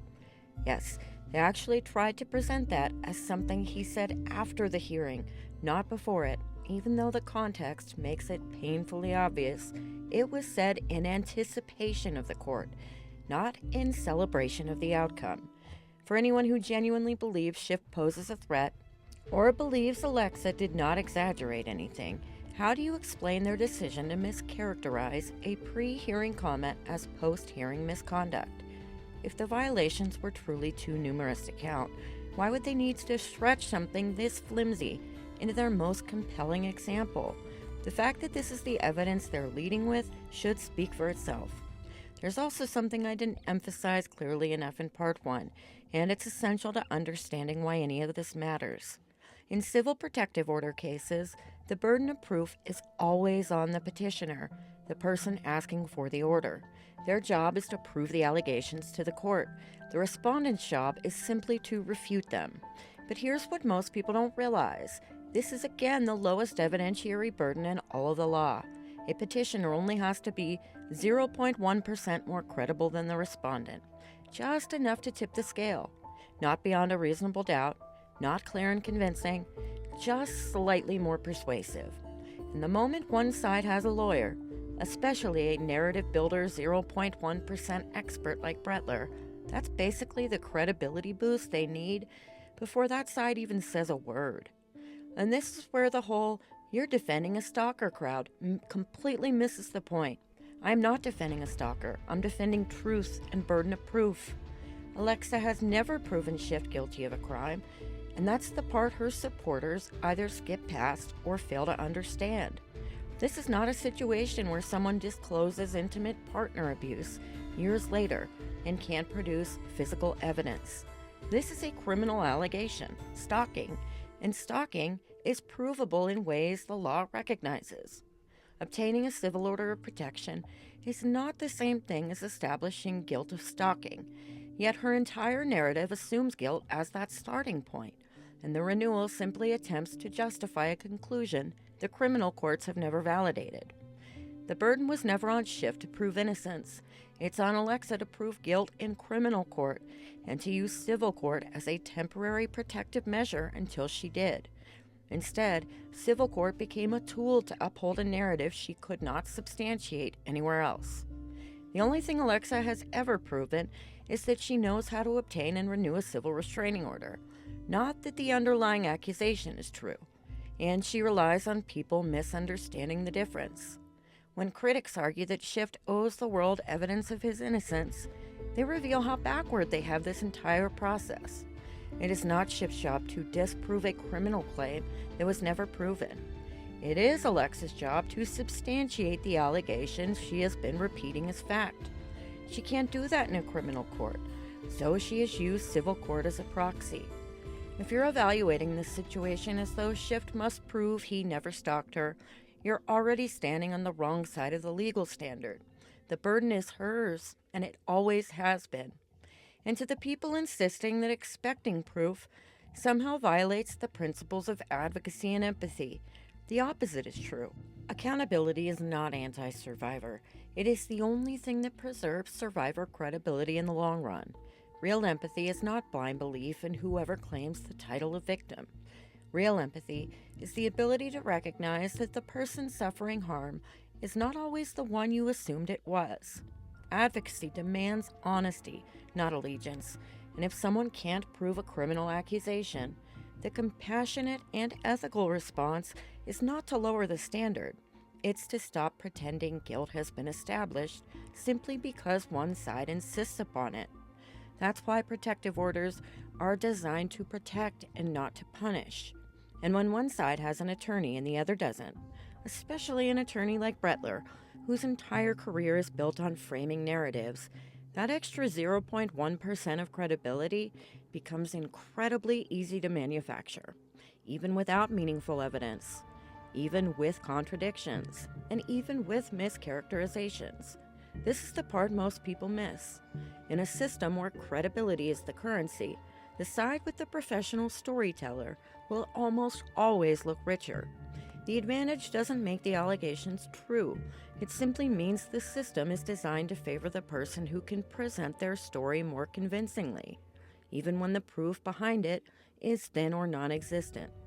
With that understanding in mind, there is one part of this renewal request I had never seen before. According to Brettler, Schiff didn't just say court is going to be fun after the hearing. He supposedly said it would be fun in court when effing Alexa up, while making a slicing knife hand gesture. And yet, even though they provided a screenshot of Schiff's face while allegedly saying these words, there is no screenshot or any visible proof of the hand gesture they claim he made as he said it. This gesture has never appeared in any prior filing, never been described in any earlier evidence, and has never been supported by a single image or video. And there is still no proof now. So yes, sorry, but I have a hard time taking it at face value. And that is not victim blaming. That is literally how evidence works. The burden of proof is on the party asking the court and the public to restrict someone else's rights. If they want anyone, including the court, to treat an allegation as credible, it is entirely reasonable to expect them to substantiate it. They didn't. And frankly, it is not unreasonable to question a claim like this when the same filing asks us to believe that court is going to be fun, was said after the hearing and not before it. Because if they're willing to bend something that obvious, why would anyone assume the rest is presented honestly? All they proved is that Schiff said something on camera, and even that was selectively framed. So no, I don't believe for a second that Schiff said court is going to be fun after court. The context makes it obvious it was said before. And considering how many elements of this case have already been distorted beyond recognition, I don't feel even slightly guilty for not accepting a claim with zero supporting evidence. If you think skepticism here is inappropriate, then you fundamentally do not understand how evidence or burden of proof actually works. Lappy got pulled into this too. He's now one of Schiff's so-called dangerous accomplices. In my last video, I said I did not understand why Alexa pursued an order of protection against Schiff, but not against Lappy, especially since her accusations seemed aimed at both of them. But since then, I've learned why. Lappy has a story of his own, and it's worth telling, so you will eventually hear me tell it. But for now, here's the part that matters. He and Alexa signed a mutual non-disparagement agreement. That agreement legally forbids her from publicly disparaging him, including referring to him as a stalker's accomplice in court. And yet she did exactly that. She stood in a courtroom, under oath, represented by counsel, and knowingly violated a binding civil agreement, while expecting the world to treat her own order of protection as unquestionable proof. She shames people for digging into court files while she openly ignores a civil order when it doesn't serve her. There's a word for that. It's called hypocrisy. You cannot demand the system protect you while breaking the parts that apply to you. You can't call scrutiny victim blaming while relying on loopholes, omissions, and selective enforcement to maintain a narrative. And right on cue, the same claims resurfaced. The meme reframed again as implied violence. The recycled allegation that Schiff posted photos of N to taunt Alexa and Michael. Same script, same exaggerations. Nothing new, just repackaged fear designed to carry the petition across the finish line. There was one new addition, though. Remember Alexa's original stalker, the independent journalist named Hyro. According to this renewal application, he wasn't just an unwanted presence. He was allegedly hired by Schiff to harass her. This claim falls apart instantly when you remember that Alexa is the one who introduced Schiff to Hyro at the same protest where she later rebranded Hyro as a stalker. As we've already covered, Alexa never had the courage to uninvite that independent journalist she personally invited, so he just kept showing up. But once she decided that anyone who doesn't worship her is an enemy, suddenly he and Schiff were conspiring. Two people who didn't believe Alexa walked on water must have been plotting together, because what else could it possibly be? Next, we have the two incidents Brettler claimed forced Alexa to call the police due to Schiff's too many violations to count. At least one of these raises serious doubts, and you will see why. The first references an Officer Rosales and claims a violation was confirmed through social media, but the filing provides no screenshot, no timestamp, no date, no narrative, no platform, no supporting evidence, and nothing that ties the alleged violation to reality. According to Schiff, he has never been contacted by any officer, not Rosales, not the next officer listed, Munoz, whose name appears on the second report. So the question becomes unavoidable. Are these actually police reports, or is at least one simply the cover page from a generic victim information packet? Because without context, without details, without identifiers, these could have been generated for anything. A car accident, a lost phone, a missing backpack, literally any unrelated incident. Presenting them as police reports tied to Schiff with zero corroboration is not just sloppy, it's also deliberately suggestive. And because truth actually matters to me, I filed a public records request to verify whether the Rosales document was legitimately connected to this case.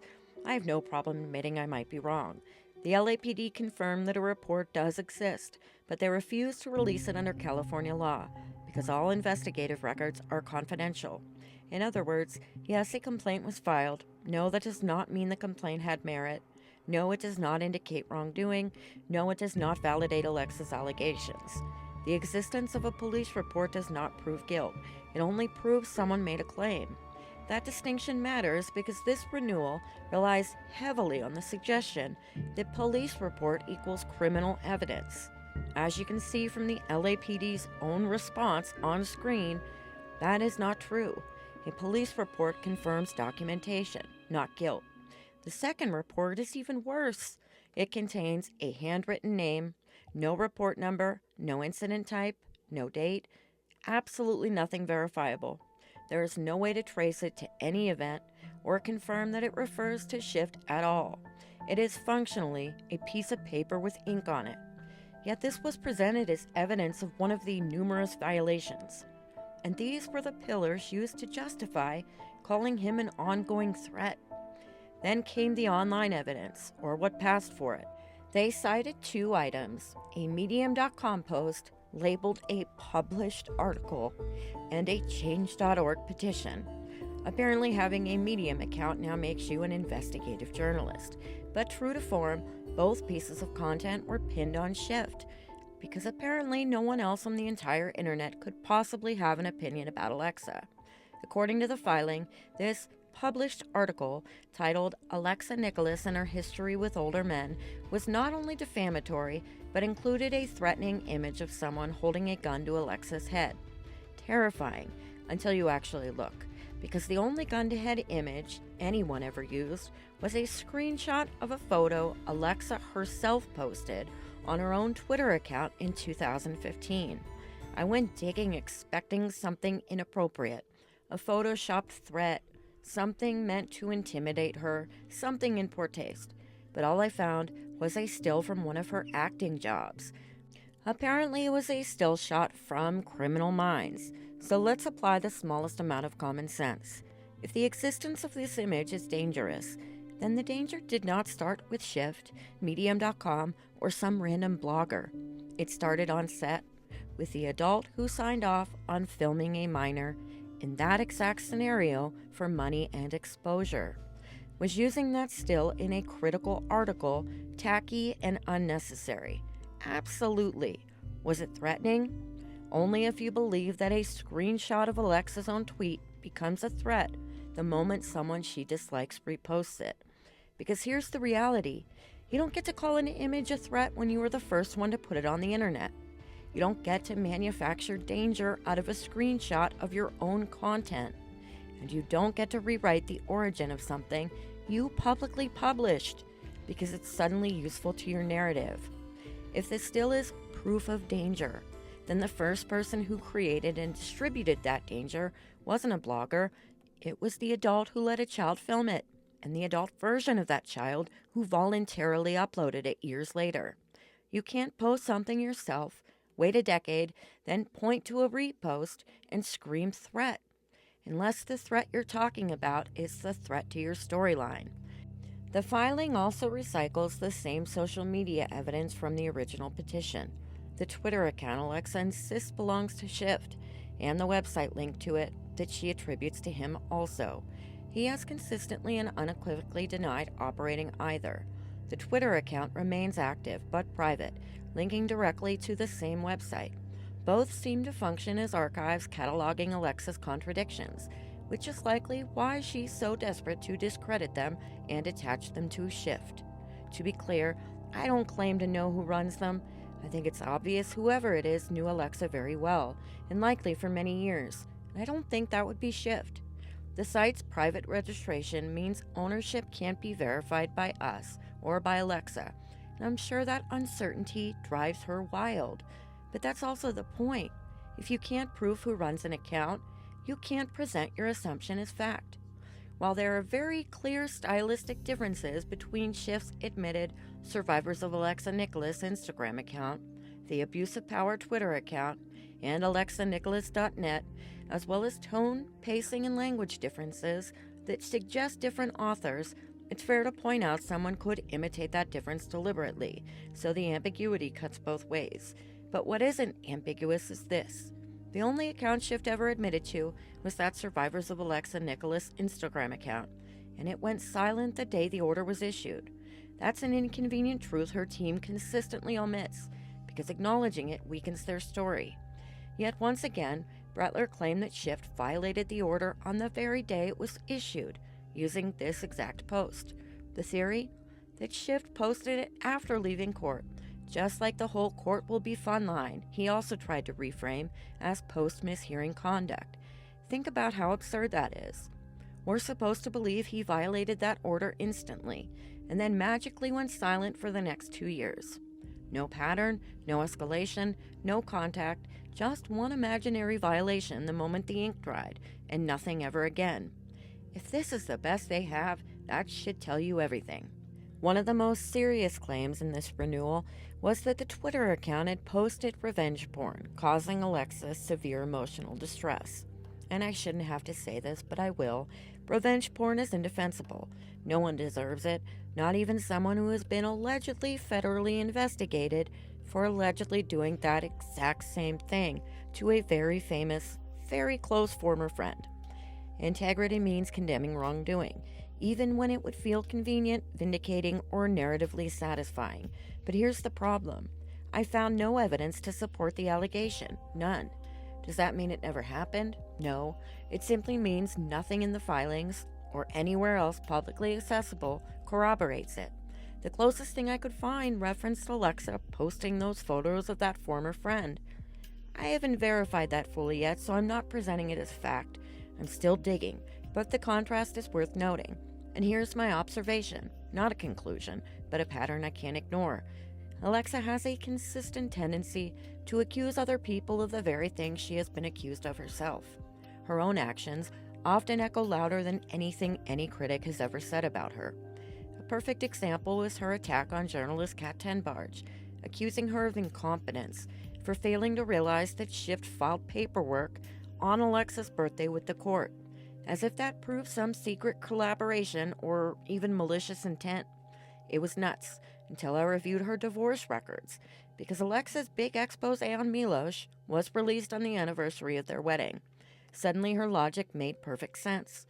Pattern recognized. Foot meet mouth.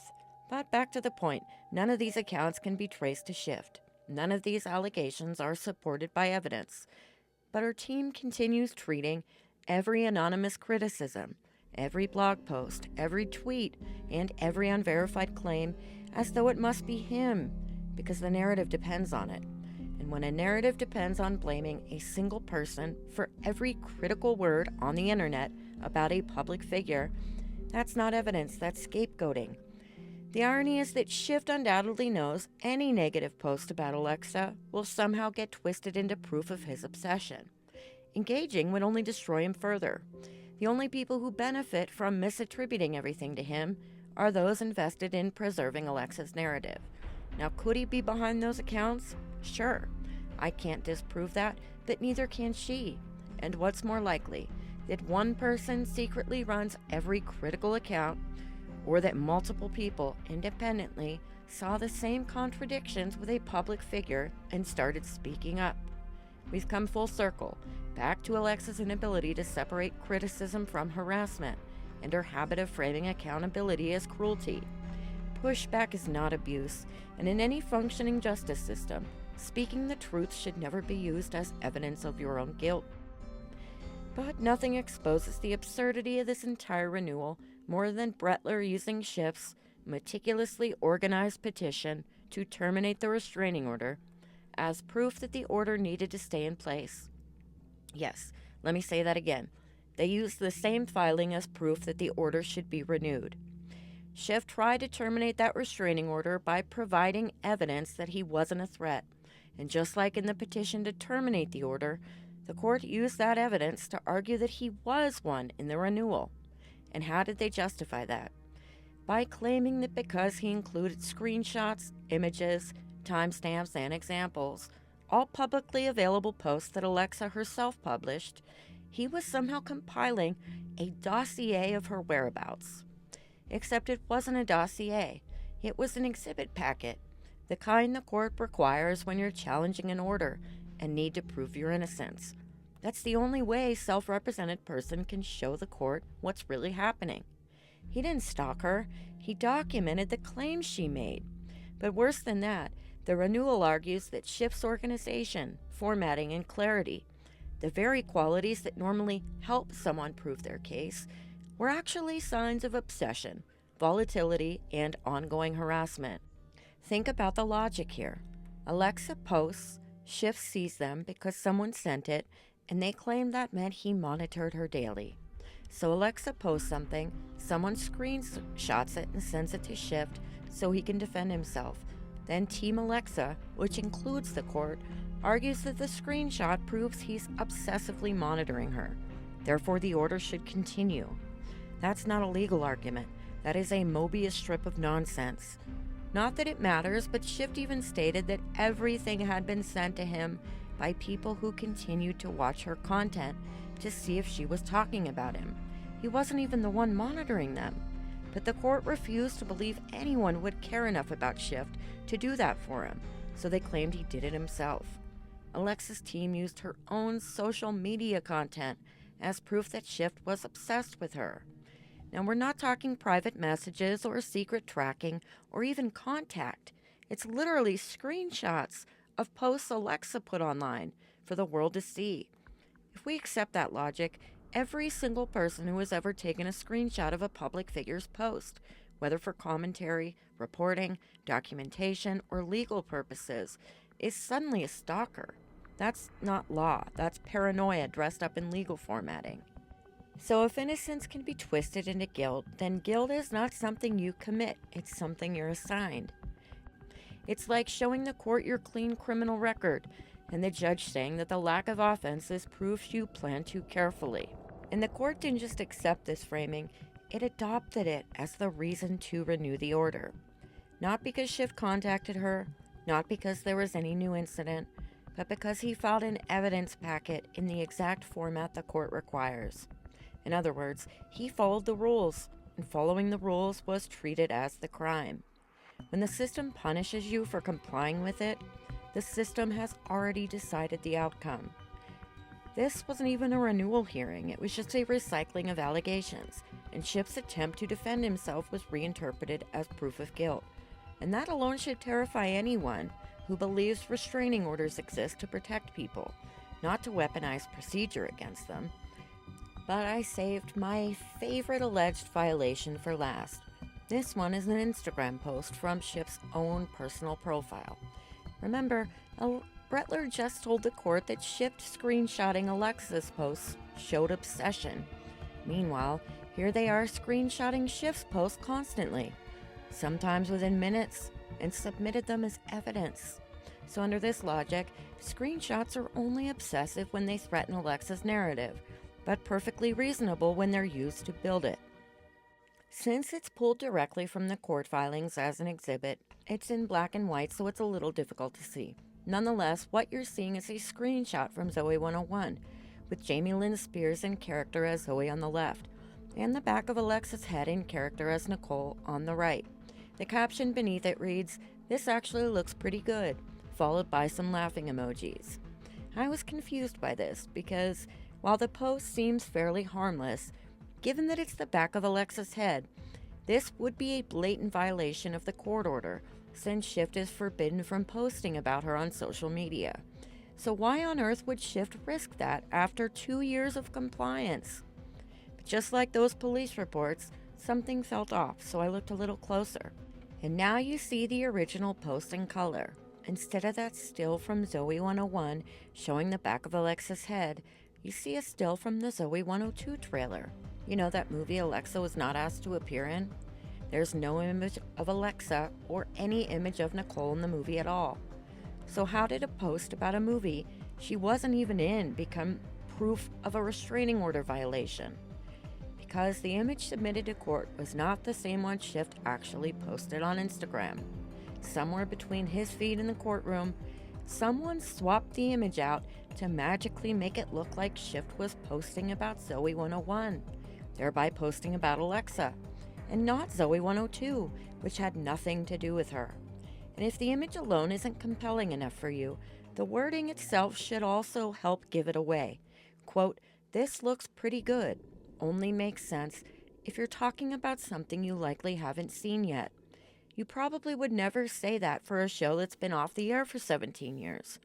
So why would Schiff suddenly post that about an old episode of Zoe 101? He didn't. The caption is identical on both posts, so the only thing that changed was the image itself. That piece points straight to fabrication.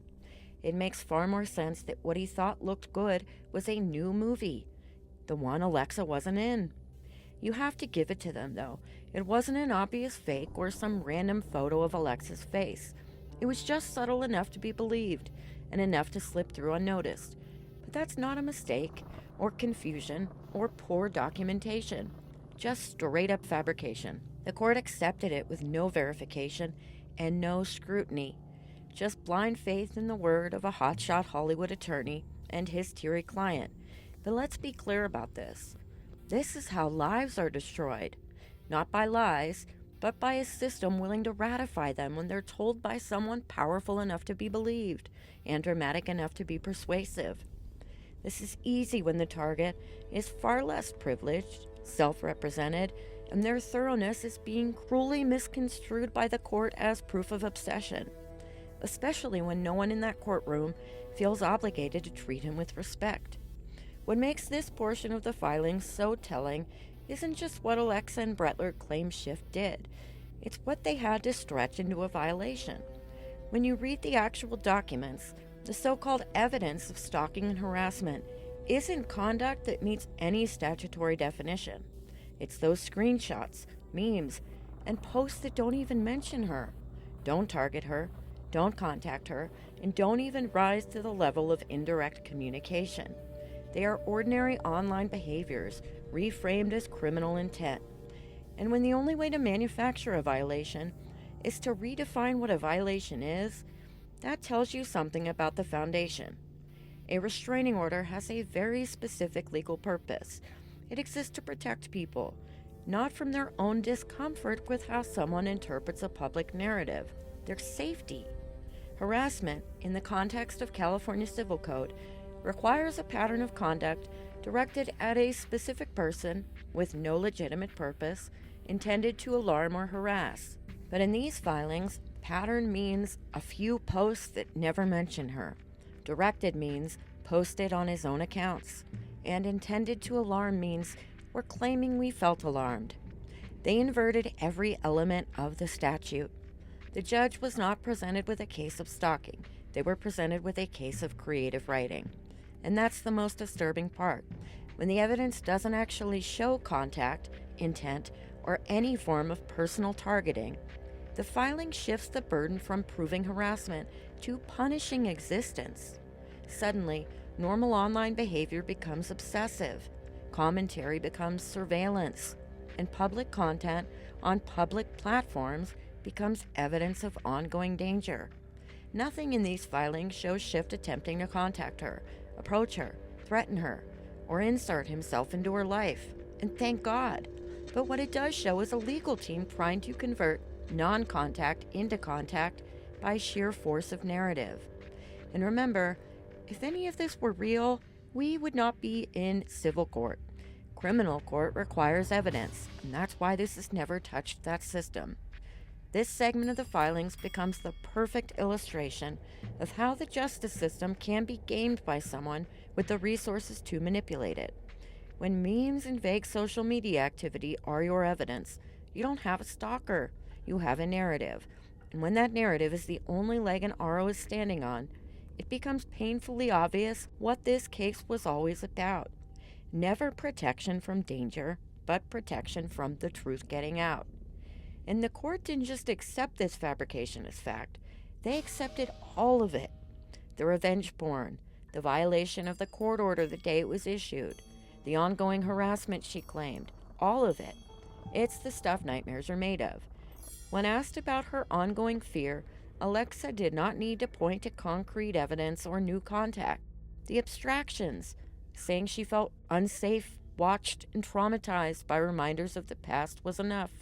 The fact that a high-profile Hollywood attorney could pull information that is not substantiated and present it as if it were definitive proof of guilt is scary. Changing something to make it look incriminating goes way beyond aggressive advocacy and representation. It crosses straight into deceit.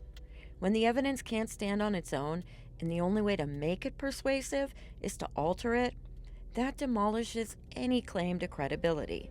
And when someone can resurrect the very attorney they once held up as the embodiment of corruption, deliver doctored exhibits to the court, and still be rewarded with the court's trust, the public's sympathy, and an intact platform, that exposes a system willing to elevate a lie as long as it's delivered by the right mouth.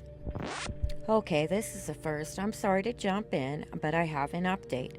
As of December 1st, very few specific pieces of Alexa's digital history have quietly vanished. The website I mentioned that cataloged her contradictions, alexanikolas.net, the abuse of power Twitter account archiving her contradictions, and some nearly decade-old interviews where she described her own experiences in ways that don't match the Milosh narrative she promotes today, have all mysteriously vanished in the past week.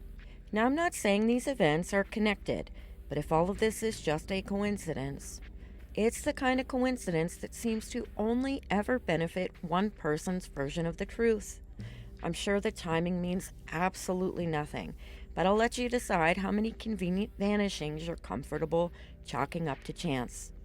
Sorry for the interruption, and now back to the video.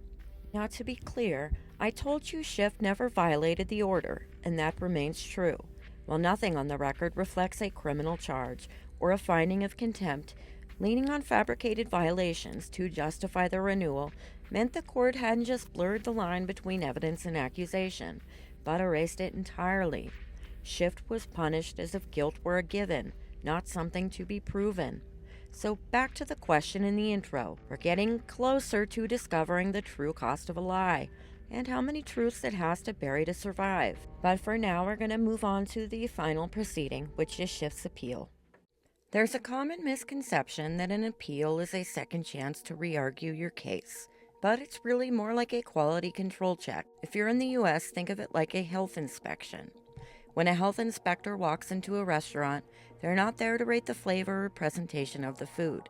They're there to make sure the kitchen is following safety protocols to maintain its food license. Likewise, the appellate court in this capacity asks one fundamental question. Did the lower court follow the law and correctly interpret it in reaching its decision? If the answer is yes, the ruling almost always stands, even if the appellate judge disagreed with the first outcome. It's also important to understand the distinction between misinterpretation and disagreement, because those are two very different things. The appeal was heard by the California Court of Appeal, 2nd Appellate District, Division 7, and decided on July 21, 2025. The panel affirmed the lower court's ruling in full, upholding the 2-year civil harassment restraining order protecting Alexa Nikolas, her husband Michael Gray, and both of their children. From the appellate court's perspective, the case seemed straightforward. The trial court had found what it called unwarranted conduct and contact by Schiff, including a pattern of online posts it deemed threatening. The appellate panel agreed, citing several examples. The first was the cold and dead caption quoted out of context. As a reminder, the original post actually read, quote, "If the universe tries to rip one more thing I love out of my hands, they're actually going to be cold and dead," end quote. The second was a meme described as a photo of a man pointing a gun at Alexa and her husband, captioned, "Name everyone who left you." In truth, it was that popular meme of Christian Bale, in character pointing a gun with the caption, "Oh, you're a leftist. Name everyone who left you." Beneath it were several names of people Schiff felt had abandoned him, among them Alexa and Michael Gray. The last example was the photo of Schiff holding N, the same one he'd kept on his account. The court claimed he had continued reposting it after Instagram removed it, yet they ignored the fact that there was no evidence presented to support the claim that Instagram removed that specific image in the first place. Alexa was not required to prove it, and both the trial court and appellate court accepted her screenshot assertions at face value. The appellate court did not care that Alexa took the photo, posted it herself, gave Schiff permission to post it, admitted under oath she never asked him to remove it, or that she still had it on her own account. So they certainly didn't care that if this photo was considered threatening, then the many higher resolution photos the same parents of that child posted and shared publicly should be logically more dangerous too. Of course, we know the photo was not the threat, but the person posting it who posed a threat to the narrative. Taken together, the appellate panel concluded that Schiff's actions would cause a reasonable person to fear for their safety and experience substantial emotional distress. They also ruled that he had forfeited his First Amendment rights because his words served no purpose other than to harass. But if the system now defines mourning survivors that someone is exploiting them as harassment, what does that say about the system itself? Has the refuge built for the wounded quietly become a sanctuary for the wolves? Because what the court condemned was not cruelty, it was conscience, warning people that the leader of their survivor collective might not be advocating for them, but profiting off of them, was labeled harassment. The irony is staggering. The justice system designed to protect victims ended up protecting the performance of victimhood instead. What the court called harassment was actually moral courage and conviction, and what it rewarded was deliberate blindness disguised as justice. While that might seem absurd, it actually does make some sense procedurally, as unfortunate as it might be. The system that demands proof for everything else decided that when it came to Alexa, proof was now optional, and the time itself was now irrelevant too, because her story needed to be rewritten. The appellate panel meticulously analyzed whether certain Instagram posts met the statutory definition of harassment, yet sidestepped the procedural questions that should have been central to the case. Was it lawful to expand a restraining order to include an unverified spouse? And if not, why wasn't anyone asking? Those omissions are telling. They suggest the appellate court was not interested in re-examining the foundation, only reinforcing it. The goal was not legal precision, it was narrative preservation, maintaining the image of ongoing danger even when the record no longer supported it. And that's where the larger problem begins. What happened here was not an isolated oversight. It was the predictable result of how California's civil restraining order system functions. In Schiff's case, the appellate silence wasn't just an omission. It was confirmation that California's framework does not require accountability once someone has been labeled a threat. The cruel irony? These are the very injustices, the re-traumatization of victims through institutional failure, that Alexa built her brand on claiming to oppose. Yet here, she didn't just benefit from that same broken system, she weaponized it. She did not just mirror that hypocrisy, she perfected it. The appellate court accepted the lower court's findings wholesale. It proves that perception can replace proof, and once someone has been legally designated a threat, every safeguard meant to ensure fairness begins to erode. Renewal and appeal stop being opportunities for justice, and instead become exercises in preservation. In this case, they're preserving a narrative, and I fully believe the judiciary's unwillingness to admit it went too far. To the court, this case might look small. It probably looks like another line on a crowded docket. But to the person defending himself, nothing about this is small. It's his name, his reputation, his life. And that's why cases like this matter a whole lot more than most people believe they do. We're to the point where this is not a matter of interpretation, but information that's both factual and documented. So I'll leave you with a few questions. If you believe that Alexa sought that order out of genuine fear, what is the justification for expanding it without a single piece of evidence proving a threat existed? Furthermore, if you believe Alexa that Schiff has genuinely violated the order of protection, then why does the record not reflect that? Where is the criminal charge, the contempt finding, or a notation in the docket? The court's own paperwork would show these alleged violations, but it doesn't.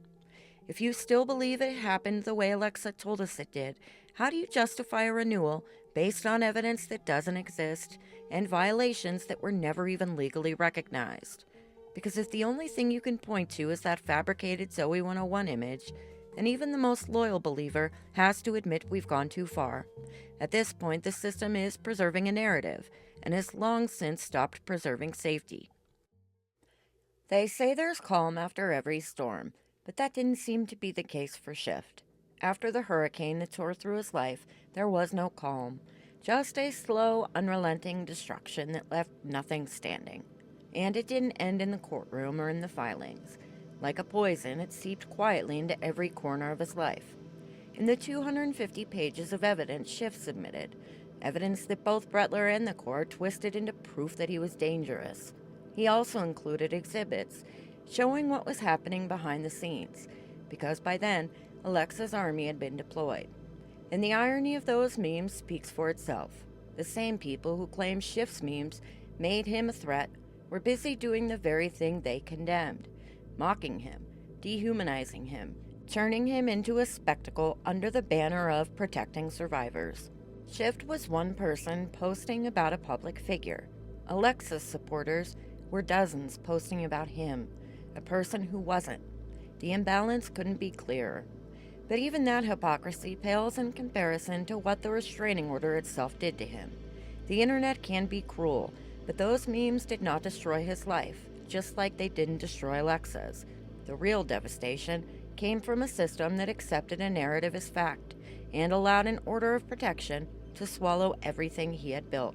As I'm recording this, it's only been a few days since Alexa's latest Investigative series, Drake Bell versus the Internet, where she argued that 34-year-old Bell was not actually guilty of child endangerment, as he voluntarily pled to in 2021, but was instead the unsuspecting victim of a 15-year-old child predator's vivid imagination or potential mental illness. As an aside, for those who don't know, judges will not accept guilty pleas in felony cases unless the court establishes a factual basis for the plea, confirms the defendant understands the charge, and verifies that the admission of guilt was voluntary. That's the baseline, not an optional step. But I bring this up because Alexa repeated a far more familiar pattern when she cowardly hid her chat behind a paywall, demanding people pay her for the privilege of validating her delusions, and deleted what appeared to be thoughtful, carefully worded, genuinely respectful criticism. I watched as comments disappeared, some left by people whose names I recognized from my own comment section. She didn't address them, she didn't challenge them, she did not refute them. She simply erased them because they said something she didn't want others to read, presumably because it proved her wrong, in the most compelling and devastating ways. But in doing so, Alexa shifted those commenters.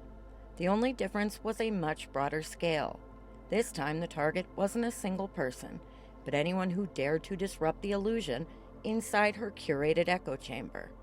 In my view, the Alexa Nikolas that people are seeing in 2025, the one making fun of Adam McIntyre, accusing people like Paige Christie of implying physical violence, all because of an elbow, drunkenly spitting venom on live streams, and silencing opposition, no matter how respectful or valid, is the same Alexa Nikolas Shift has been up against for over 3 years. So if you had a comment deleted, I want you to imagine Alexa taking that a step further. She's now twisted that comment into a threat, taking it to an attorney who files for an order of protection against you. Next thing you know, a process server is looking for you. If you're an average person with average means, you're probably not calling a lawyer. Not only do you not have the kind of disposable income needed to hire one for civil court, but you know you've done absolutely nothing wrong. So what's the point? You know there was no threat. You know your comments were valid criticism of a public figure, and the criticism is protected by the very laws she claims to champion. You assume any reasonable judge will see that instantly. You assume the justice system will recognize you were speaking honestly, without malice, without any intent to harm. You assume the truth will be obvious, because the truth is obvious. But when you enter that courtroom, what you thought would be a straightforward hearing turns into a scripted performance you did not know you were cast in. You thought it was glaringly obvious, but when her attorney says all the right lines, hits the emotional beats, speaks the language the court is conditioned to accept without question, suddenly you're not just a person who's done nothing wrong. To the court, you're a headline waiting to happen, a label, a threat, a nuisance, a problem that needs containing. And before you've even opened your mouth, you're done. Once you get the chance to defend yourself and address the court, Alexa's tears have already solidified your guilt. You are toast. Now imagine that moment spiraling into years of legal punishment, public humiliation, and trust isolation, all because she decided your criticism was dangerous, because it exposed her performance. Congratulations, you've just been shifted. I believe what we're seeing now is a pattern. Every time she censors a comment, silences a critic, or hides behind a paywall, she proves the point she's spent years denying. The people she accuses of silencing survivors are not her oppressors. They are her reflection. Once the label dangerous stalker was applied to Shift, nothing else mattered. Not that he'd never been arrested, never issued a threat, and never violated an order. The existence of the order itself became the evidence, and from there came the fallout. Lost clients, collapsed income, and a reputation that can never fully recover. In Shift's case, that also meant being defenseless in a process that refused to consider the toll it took on him personally.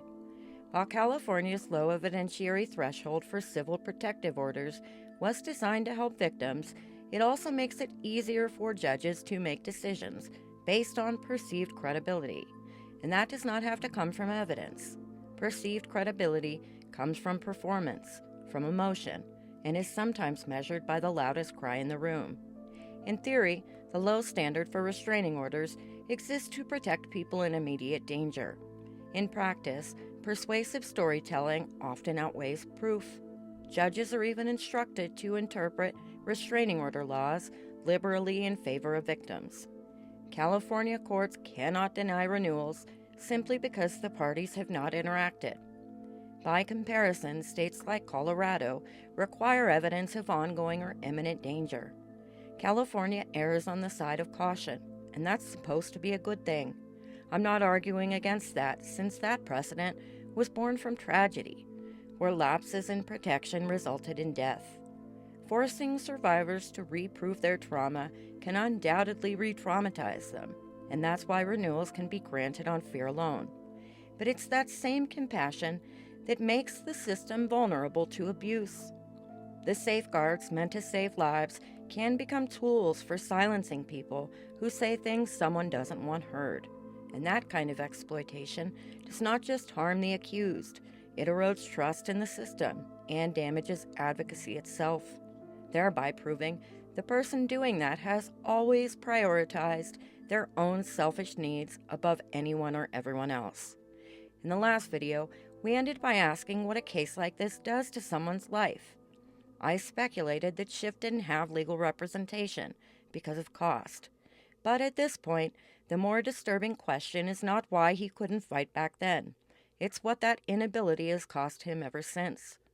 Alexa wants people to believe it's illegal to hear Schiff's side of the story, or that he's somehow barred from telling it. After all, that's what her phony lawsuit against Cat Tenbarge was about. But that's not how restraining orders work. They do not restrict what you can say. They restrict who you can say it to. You can speak about anything you want. You just can't contact the protected person or have someone contact them for you. And unfortunately for Alexa, no one needs to talk to Schiff to understand what happened. When he filed his petition to terminate the order, those 250 pages of exhibits, a meticulous archive of messages, screenshots, timelines, documents, and correspondence, that evidence that the court ignored, and the same evidence Brettler weaponized against him, also contained something far more revealing: letters. Letters from colleagues, friends, and people who know him best. People who witnessed the impact of this order firsthand. People who care about him deeply. People who stepped forward to tell the court exactly why that order should never have been renewed. And those letters don't just speak to his character. They tell the very story Alexa keeps insisting he's forbidden from telling. But he doesn't have to say a word. The people who actually know him already did. And his full story is sitting right there in the record, her record, documenting every wretched consequence he's endured. Schiff spent years building a successful business as an independent contractor through a reputable third-party platform, connecting verified professionals with clients seeking pet and house-sitting services. His record was spotless, and he'd built a loyal clientele around Los Angeles after relocating from Northern California. After the protective order went public and Alexa's claims spread, someone with knowledge of his business decided that that order itself was not punishment enough. A mass campaign to flag his account was launched, triggering an automatic 12-month suspension. According to filings, someone reached out to the platform to advise them that one of their contractors posed a safety risk to a public figure, thereby posing a safety risk to the general public.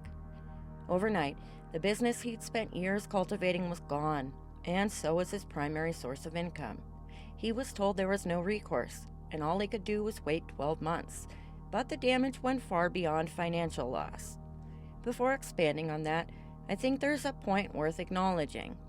People who seek out survivor communities are not there by accident. They do it because something about those spaces feels familiar and fills a void sometimes family no longer can. I'll leave it there and trust I don't need to spell that out. My point is that stripping away a part of a person's life can also mean stripping their stability, their purpose, and potentially the only consistency they have left in their life. For someone already navigating the stigma of public accusation, that forced isolation and financial collapse only compounded the trauma. The loss of work meant the loss of normalcy, credibility, and independence, all replaced by the shadow of someone else's narrative defining his reality. And that shadow stretched far beyond his business. His other line of work, and arguably his greatest passion, is the entertainment industry, an environment where reputation is currency and curiosity is second nature. One accusation can mean total devastation. Everyone's situation is different, but ask yourself this. If you've ever worked retail or in a restaurant, do you think the people doing the hiring are likely to search your name on YouTube before hiring you? Maybe, but in the entertainment industry, that search is all but guaranteed. For most professionals, a name search leads to a reel, a short film, or a portfolio. For Shift, the first result wasn't a resume. It was a video accusing him of stalking, complete with so-called receipts to prove it. One of Shift's longtime colleagues, someone who'd collaborated with him on more than a dozen projects, described that fallout firsthand. As a member of another community collective, he said Shift had earned the respect of everyone around him by being relentlessly proactive, supportive, and dependable. Others regularly requested him for production roles because he was one of the most dedicated professionals in their circle. That same colleague said Alexa's Guess Who video became the catalyst for a rift in their community. When someone saw the video, they filed a complaint, and the collective called a meeting to discuss whether Shift posed a risk. But the outcome didn't even matter, because the damage was done the moment that meeting was called. Whether people doubted the tone or accuracy of Alexa's video became irrelevant, because the mere existence of it, amplified by thousands through an algorithm designed to reward outrage, was enough. It only needed to exist long enough to plant doubt. That's the power of public accusation. It doesn't have to prove guilt. It just has to make guilt plausible. The colleague described how leadership instructed members not to speak to Shift, watching in real time, as silence fractured the group. He said he witnessed the measurable harm Alexa's false claims caused and the devastation they brought to Shift's career. Most of those people didn't even know Alexa, but they didn't need to. Her words did the work. The result was being shunned from yet another community. Yet despite the enormous personal and financial strain, that same colleague said Shift never stopped showing up to support the community. He still attended film premieres and community events, never asking for favors, never expecting special treatment.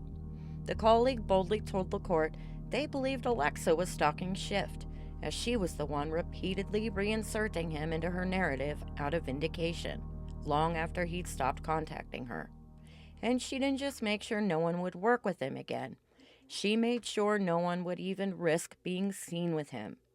Their silence caused the damage her words could not.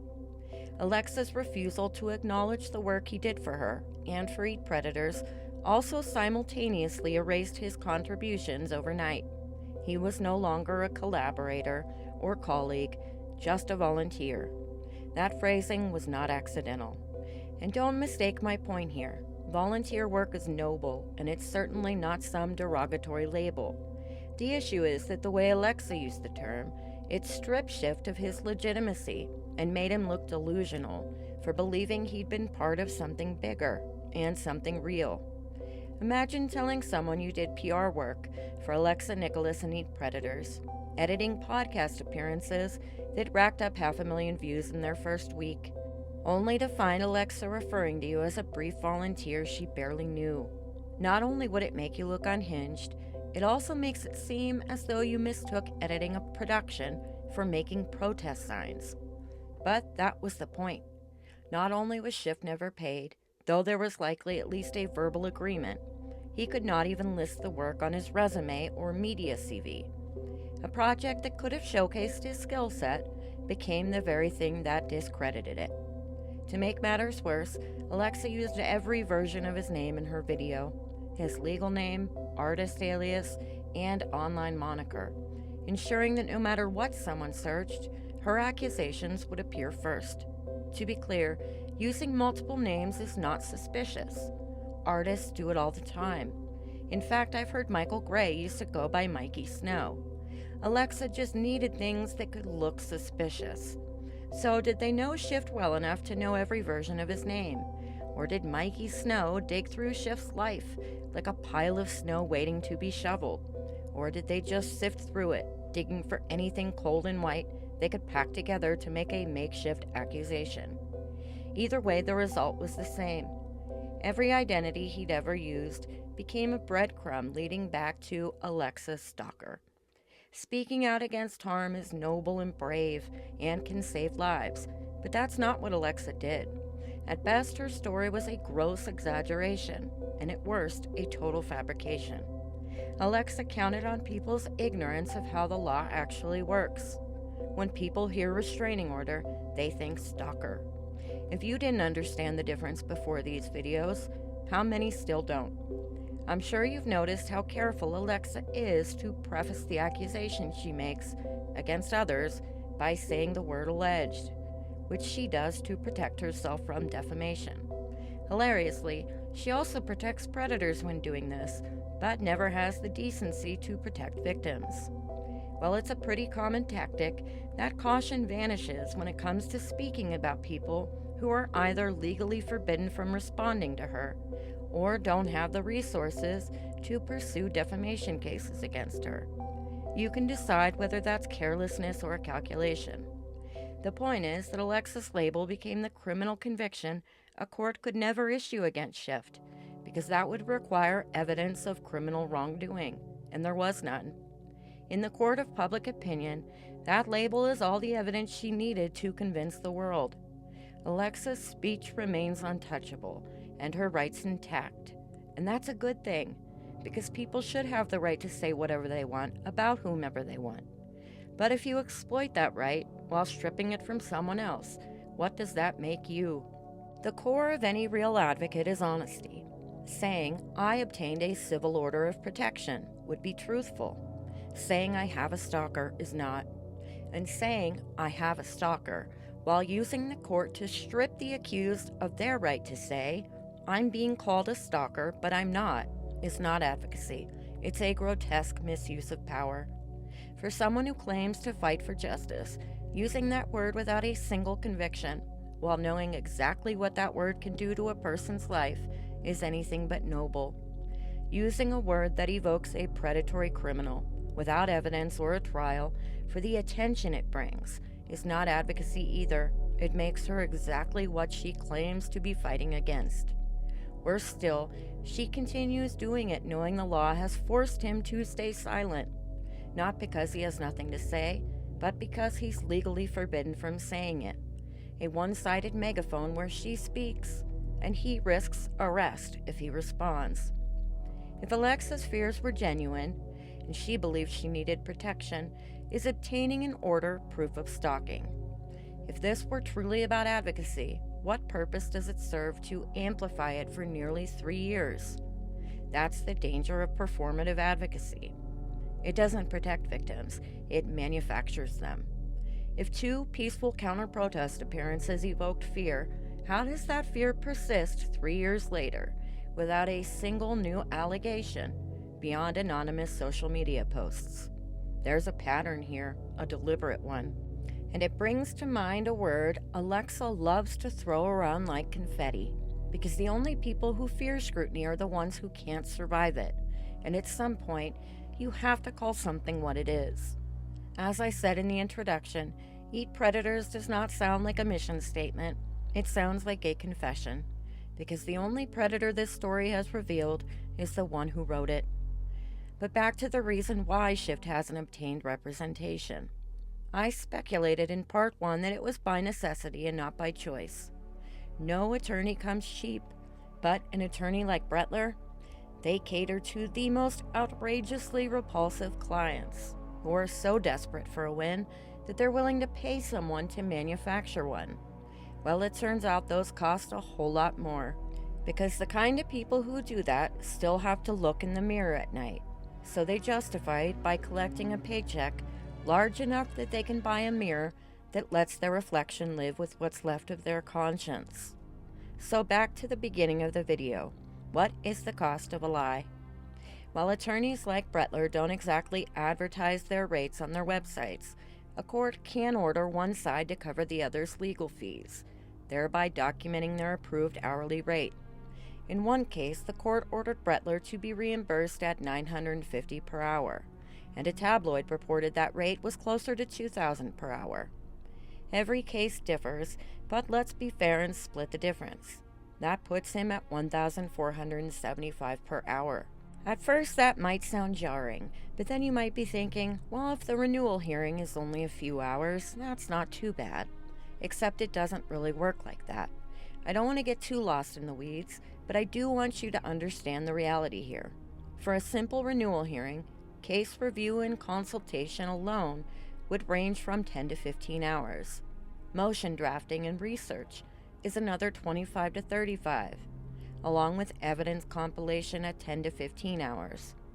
In a case with a high volume of filings like this one, opposition and review average an additional 10 to 20 hours, combined with hearing prep, the court appearance, and a post-hearing follow-up coming in at another 17 to 28 hours. That's a minimum of about 72 hours, and potentially up to 113. For a longer proceeding, like an appeal, that time could easily double. But using the average rate of $1,475 per hour, that's a minimum of $106,200 and $166,675 for that single proceeding. Oh, and that's just for Brettler's rate. You can't forget to add an additional 20 to 40% for his paralegals and specialists who do a lot of that work for him. That means $127,400 minimum and $233,345 max. This was the moment it finally made sense to me why Alexa called Brettler's representation a win. Congrats, Alexa. You didn't just win the corruption Powerball, you became its poster child. So now you know the cost of a lie. This is the reality of the imbalance. On one side, the self-proclaimed survivor turned professional victim is cushioned by elite counsel and industry allies. Selling front row seats to a show she swears she's no longer performing in, while using every backstage privilege of the very system she claims to be fighting against, giving every dollar she receives back to the people she claims she's in opposition to. On the other, another survivor who has no resources, forced to represent himself against a machine built to crush people like him. And this is where another piece of the puzzle snaps into place. Alexa loves to posture online as someone standing up to powerful men and industry insiders. But here in the real world, she quietly aligned herself with one of the most powerful and expensive LA attorneys in the entire entertainment ecosystem, Andrew Brettler.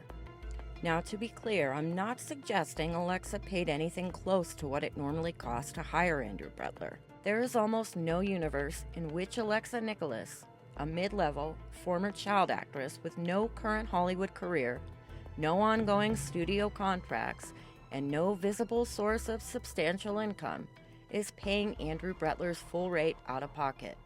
In fact, it's far more likely she didn't, but that's the point.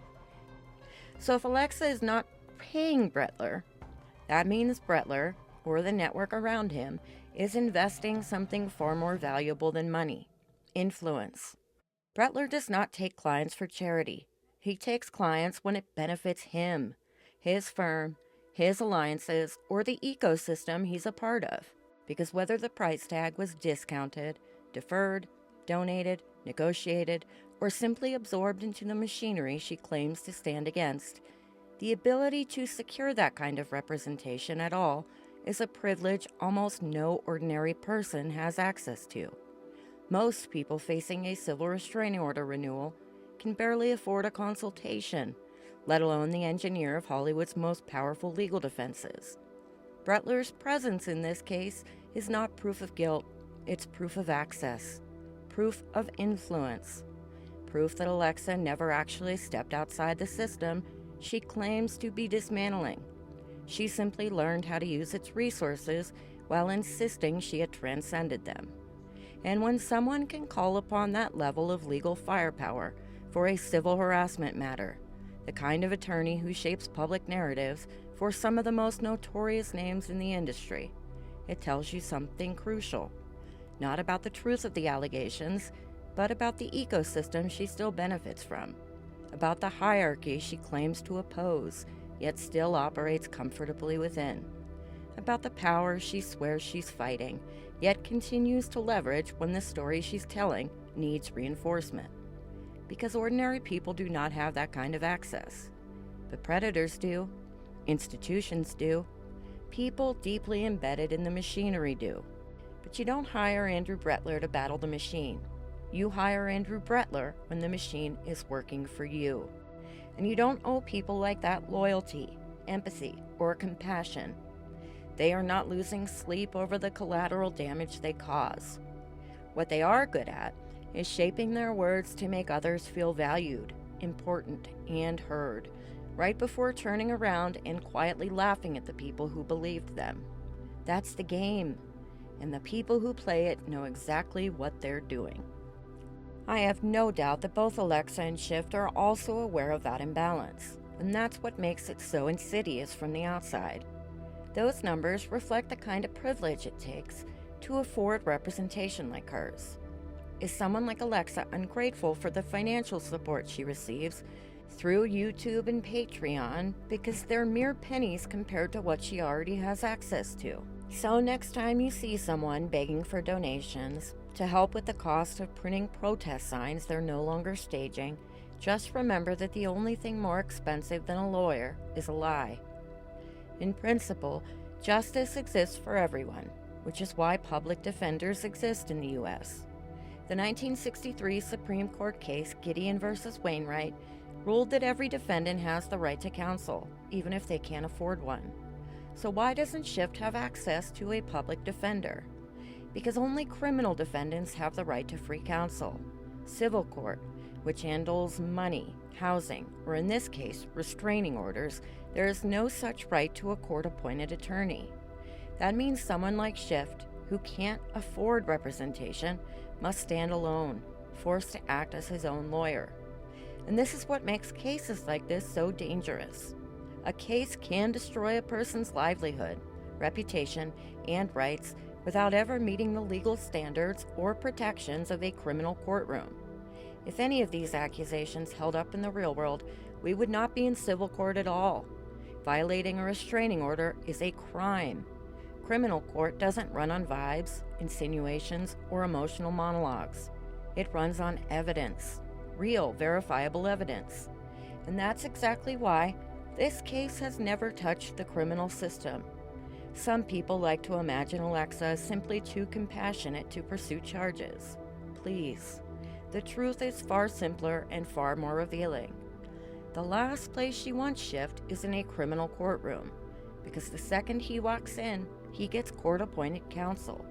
He gets an attorney whose entire job is to demand proof, the very thing she has never once been able to produce, even in the easiest courtroom imaginable. A criminal proceeding would require her to substantiate every claim, every alleged violation, and every rumored threat with actual evidence. Not suggestions, not feelings, not a screenshot she didn't like, or a fabricated proof of a violation. Evidence. And the moment that standard is applied, the entire narrative collapses. None of these allegations ever triggered a single criminal charge, because none of them could. Criminal court's burden of proof would flip this story right back to where it belongs, because in that system, you don't get to manufacture credibility through dramatic phrasing. You have to earn it with facts, and facts are the one thing this entire narrative has been structurally unable to provide. That's why this remained in civil court, not by accident but by necessity. The entire case survives only because it never crosses into a courtroom where truth outweighs performance. Civil court became the only jurisdiction where the story could live, and the moment it leaves that arena, it dies on impact. Everyone involved knows it.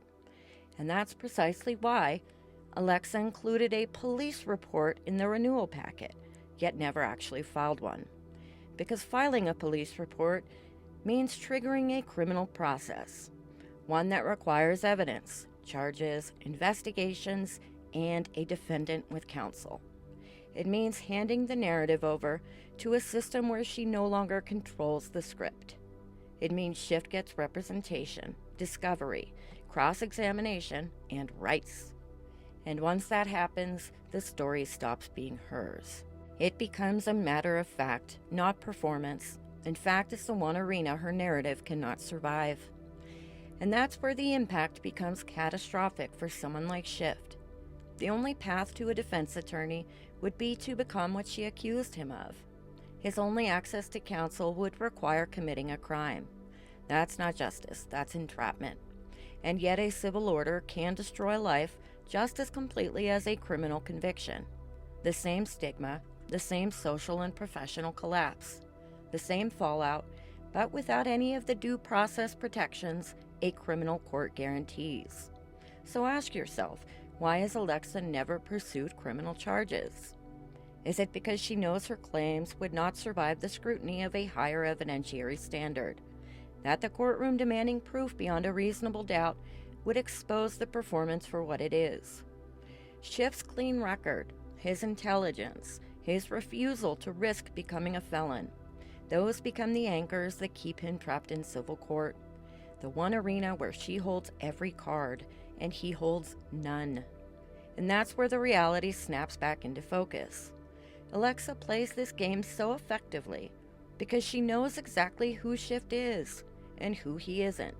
Schiff is not a criminal, and while a jury shown doctored exhibits might be momentarily swayed, the second Schiff has an attorney, the illusion collapses, because any real lawyer would cross-check claims against evidence, not the story she performs on paper. And Alexa knows exactly how quickly that would happen. She also knows he's not going to risk a felony conviction just to prove her wrong. She counts on that. He's never been a felon, never been violent, never shown any inclination toward harming her, and certainly never cared enough about her to throw away his clean record just to prove a point. And she knows that, which is why she keeps him suspended in the only arena where he has no realistic path to defending himself. She does just enough to frame him as dangerous, yet never enough to push the case into the criminal system. It's a system she can weaponize without resistance. And you almost have to marvel with a kind of horrified admiration at how precisely, meticulously, and strategically she keeps Schiff trapped in the one space where he has no tools to fight back. It's the kind of strategy that feels morally reprehensible once you understand how it works. But maybe the only justice she's ever been interested in is the kind privilege can purchase, and the kind lack of privilege makes it impossible to defend against. And that's the cruelest irony, because this exact situation is what Alexa claims to be fighting against. It's what she's built a platform of 85,000 subscribers on, exposing predators who manipulate power and weaponize the justice system to exploit survivors. Yet in this case, she became the very thing she said she was trying to destroy, using the same tactics she once condemned and the same system she swore was corrupt to silence someone she knew could not afford to fight back. Alexa needed to sell a story, and the honest version of this one would never sell. It's not reform, it's replication. It's not advocacy or feminism or any buzzword-ism you want to excuse it as. It's abuse dressed up as activism, defamation dressed up as action. In our functioning justice system, Alexa's conduct towards Schiff is textbook defamation.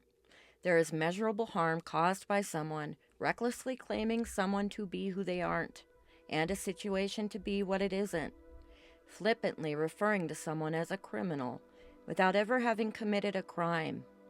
Defamation laws exist to protect people from this vindictive misuse of speech, and they don't need to have 250,000 Instagram followers to receive that protection. Her willingness to weaponize the very legal and moral system she claims to be reforming is mind-boggling.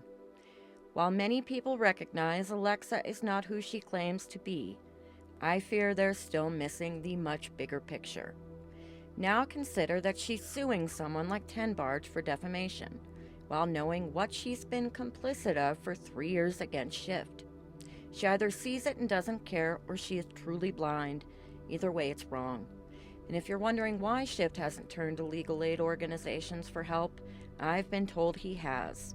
Some of these organizations do great things to help people who need it, but they usually assist in criminal cases, not civil ones. They help the wrongly convicted, not the wrongly accused. Furthermore, when an organization sees they're up against someone like Andrew Brettler, or now Ethan Klein's attorney, Ron Barnasim? Does an organization grow eager to accept it, or has it become a lost cause? Sadly, with every proceeding and ruling, the odds shrink lower for Shift as the history grows more dense, because that means the costs rise higher. So he remains trapped, treated like a criminal without the rights of one, punished as though convicted, yet denied the systems built to correct wrongful convictions. The things he's been accused of carry the weight of a criminal record without the burden of having the record itself, serving a sentence no court ever issued, for a crime never proven, under a label he cannot escape. While a civil protective order does not carry the title of a criminal conviction, it behaves like one in the real world, sans the pesky evidentiary requirements that make criminal convictions difficult to obtain. The moment it's issued, it's uploaded into the same background check database used by landlords, employers, gig platforms, licensing boards, and automated risk assessment systems. From that point on, the distinction between civil and criminal becomes a legal fiction. Any housing application routed through a property management company will almost certainly be flagged. And because California's fair housing laws permit discrimination based on restraining orders, yes, permit, a landlord can legally deny someone a home based solely on the existence of an order obtained through feelings, performance, or strategic manipulation rather than evidence. Professionally, the consequences are even more perverse. Employers and third-party platforms rely on automated screening tools that do not care whether a restraining order is criminal, civil, substantiated, fabricated, or the result of someone's afternoon meltdown. To an algorithm, a civil harassment order and a violent felony trigger the exact same red alert classification. All it sees is a risk code, and it doesn't ask who manufactured it or why. And this is where the entire system exposes its fatal flaw. These mechanisms were built to protect the public from actual danger, not to act as a personal enforcement squad for influencers who treat accountability as harassment. They were never meant to be weaponized as a narrative control device. A civil statute repurposed to silence a critic and let automated systems finish the destruction. Because here's what that loophole creates. A civil order becomes a stand-in for a criminal conviction without a criminal act, a criminal charge, or the safeguards of a criminal courtroom.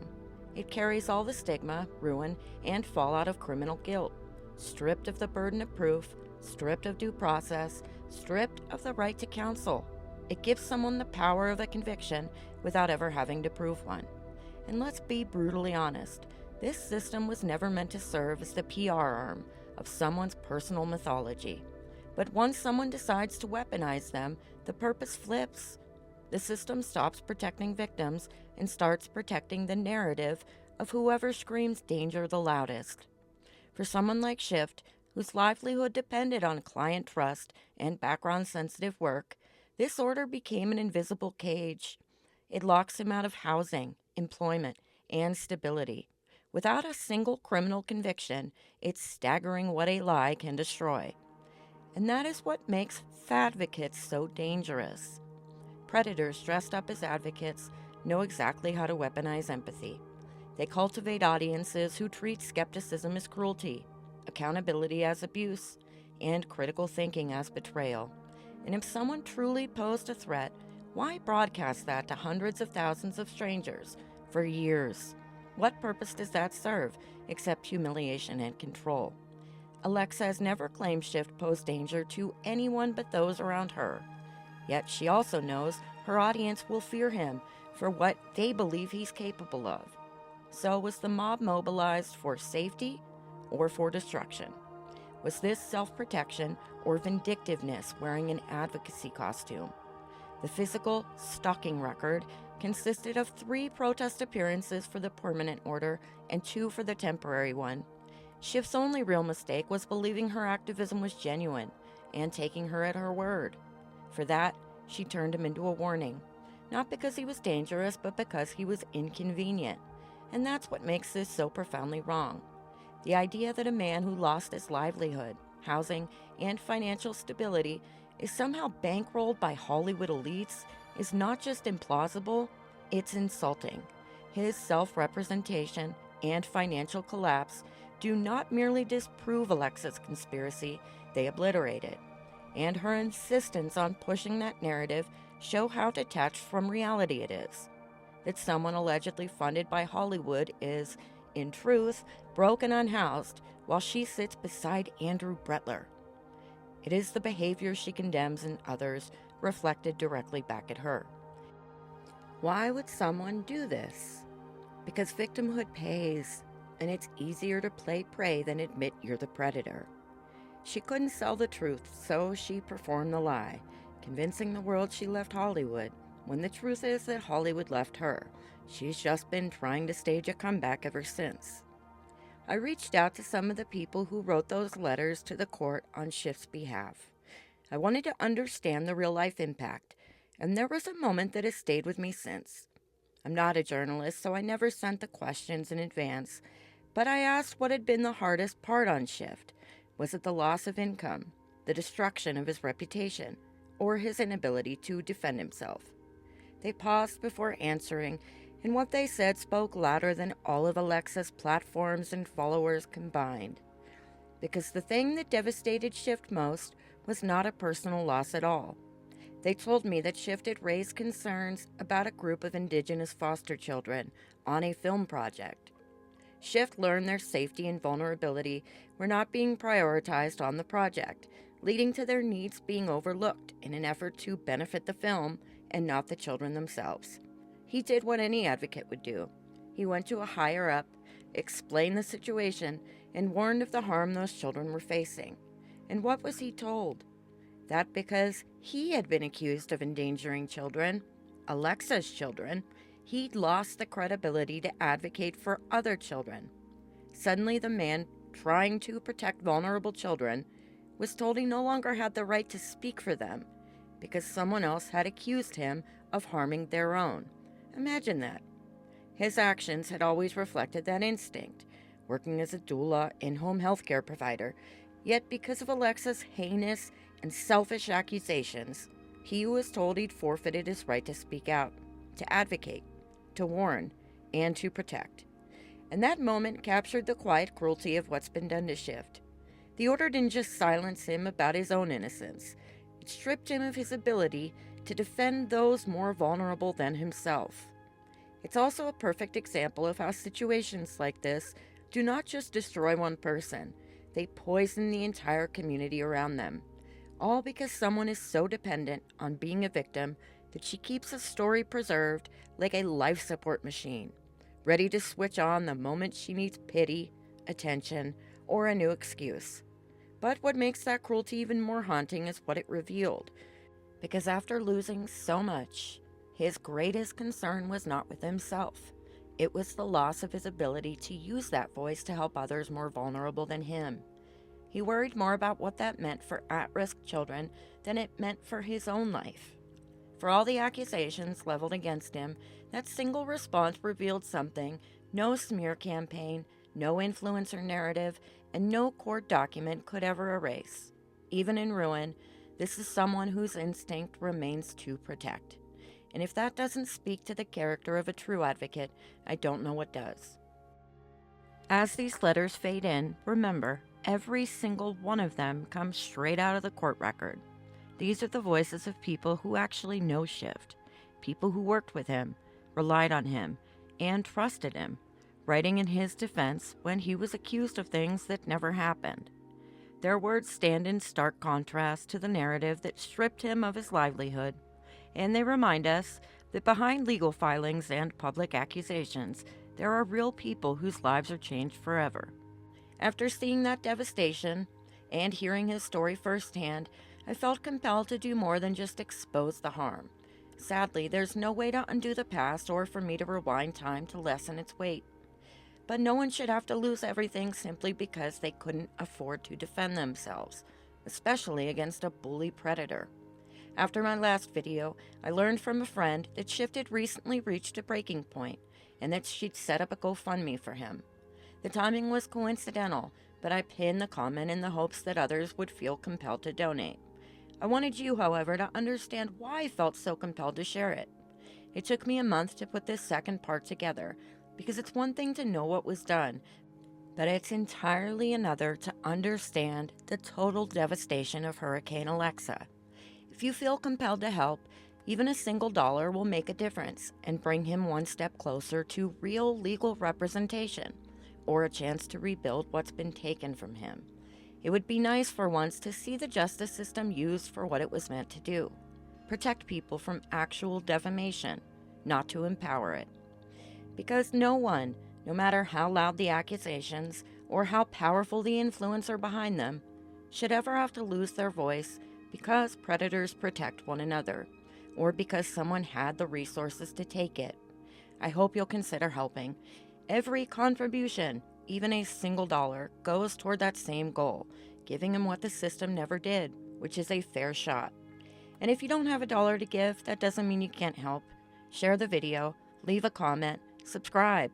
Even a like helps push this story further. While doing so obviously inadvertently benefits me, I truly just want Shift's side of the story to be pushed. Because at the end of the day, this isn't about visibility, it's about balance.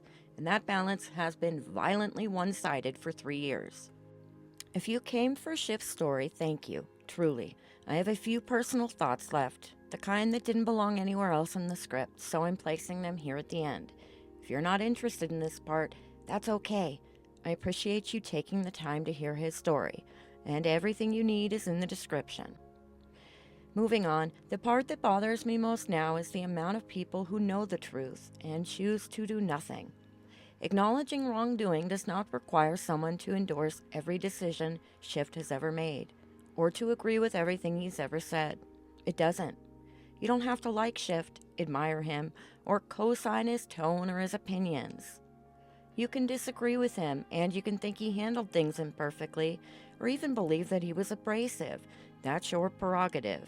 But what you can't do is give me one valid argument that he is a stalker, or that he deserved the destruction he's endured, simply because he said something you didn't like, or did something you thought was in poor taste. That's what nuance is. Accountability is not annihilation. Consequences are not character assassination. And criticism is not and has never been a crime. Nothing he ever posted justifies branding him a predator or destroying his life. Only evidence can do that. And so far, there has never been any. So if you aren't convinced that Shift is a victim of Alexa's, I genuinely want to know why. My comment section is full of thoughtful, intelligent viewers, and yet I've never seen a single comment explaining why this order was valid, why the framing was not distorted, or why Shift poses any danger whatsoever. I've only seen reflexive buzzwords like, "You're defending a stalker," followed by silence the moment it's pointed out there was never a stalking charge at all, but I am all ears. At this point, it's clear her application was not an honest account. And if you still can't see that, ask yourself whether it's really because the evidence is unclear, or because you can't fathom that someone would weaponize a court with this level of precision. But denial doesn't erase the truth. It only delays the moment you're forced to face it. And that's where blind belief becomes dangerous. Blind belief is not empathy. It's abandonment disguised as compassion. Real empathy never requires surrendering judgment or ignoring facts.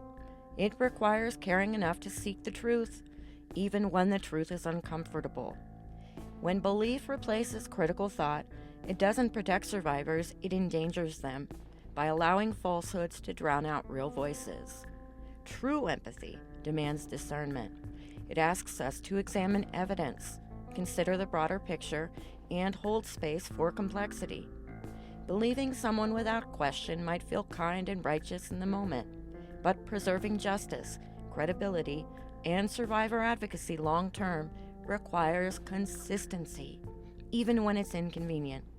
When a system starts valuing perception over proof, it fails legally and it fails morally. Somewhere along the way, Believe All survivors shifted from a moral starting point into a demand for unconditional obedience. And that did not happen by accident. People like Alexa are exceptionally skilled at saying things that sound righteous, urgent, powerful. They echo the language of real advocacy, not because they live it, but because it provides their actions a shelter. And hidden inside that borrowed language is the quiet suggestion that survivors should never be questioned, not even gently. Not even when facts collapse. Not even when evidence contradicts every word. And that's how empathy gets weaponized. Not to protect the vulnerable, but to protect the person who is loudest, most theatrical, or most invested in never being asked a hard question. And when that happens, real victims lose twice. First, because predators adopt the language of victimhood as camouflage. And second, because the public becomes too afraid to scrutinize any claim at all, even the ones that desperately need examination. Protecting truth and protecting survivors are not opposites. They are the same fight. If someone insists that scrutiny is harm, that questions are abuse, or that accountability is anti-survivor, that's the biggest red flag of all. The only people who fear scrutiny are the ones who can't survive it. But back to my point about people knowing and choosing to do nothing, instead of bringing clarity, credibility, and reach.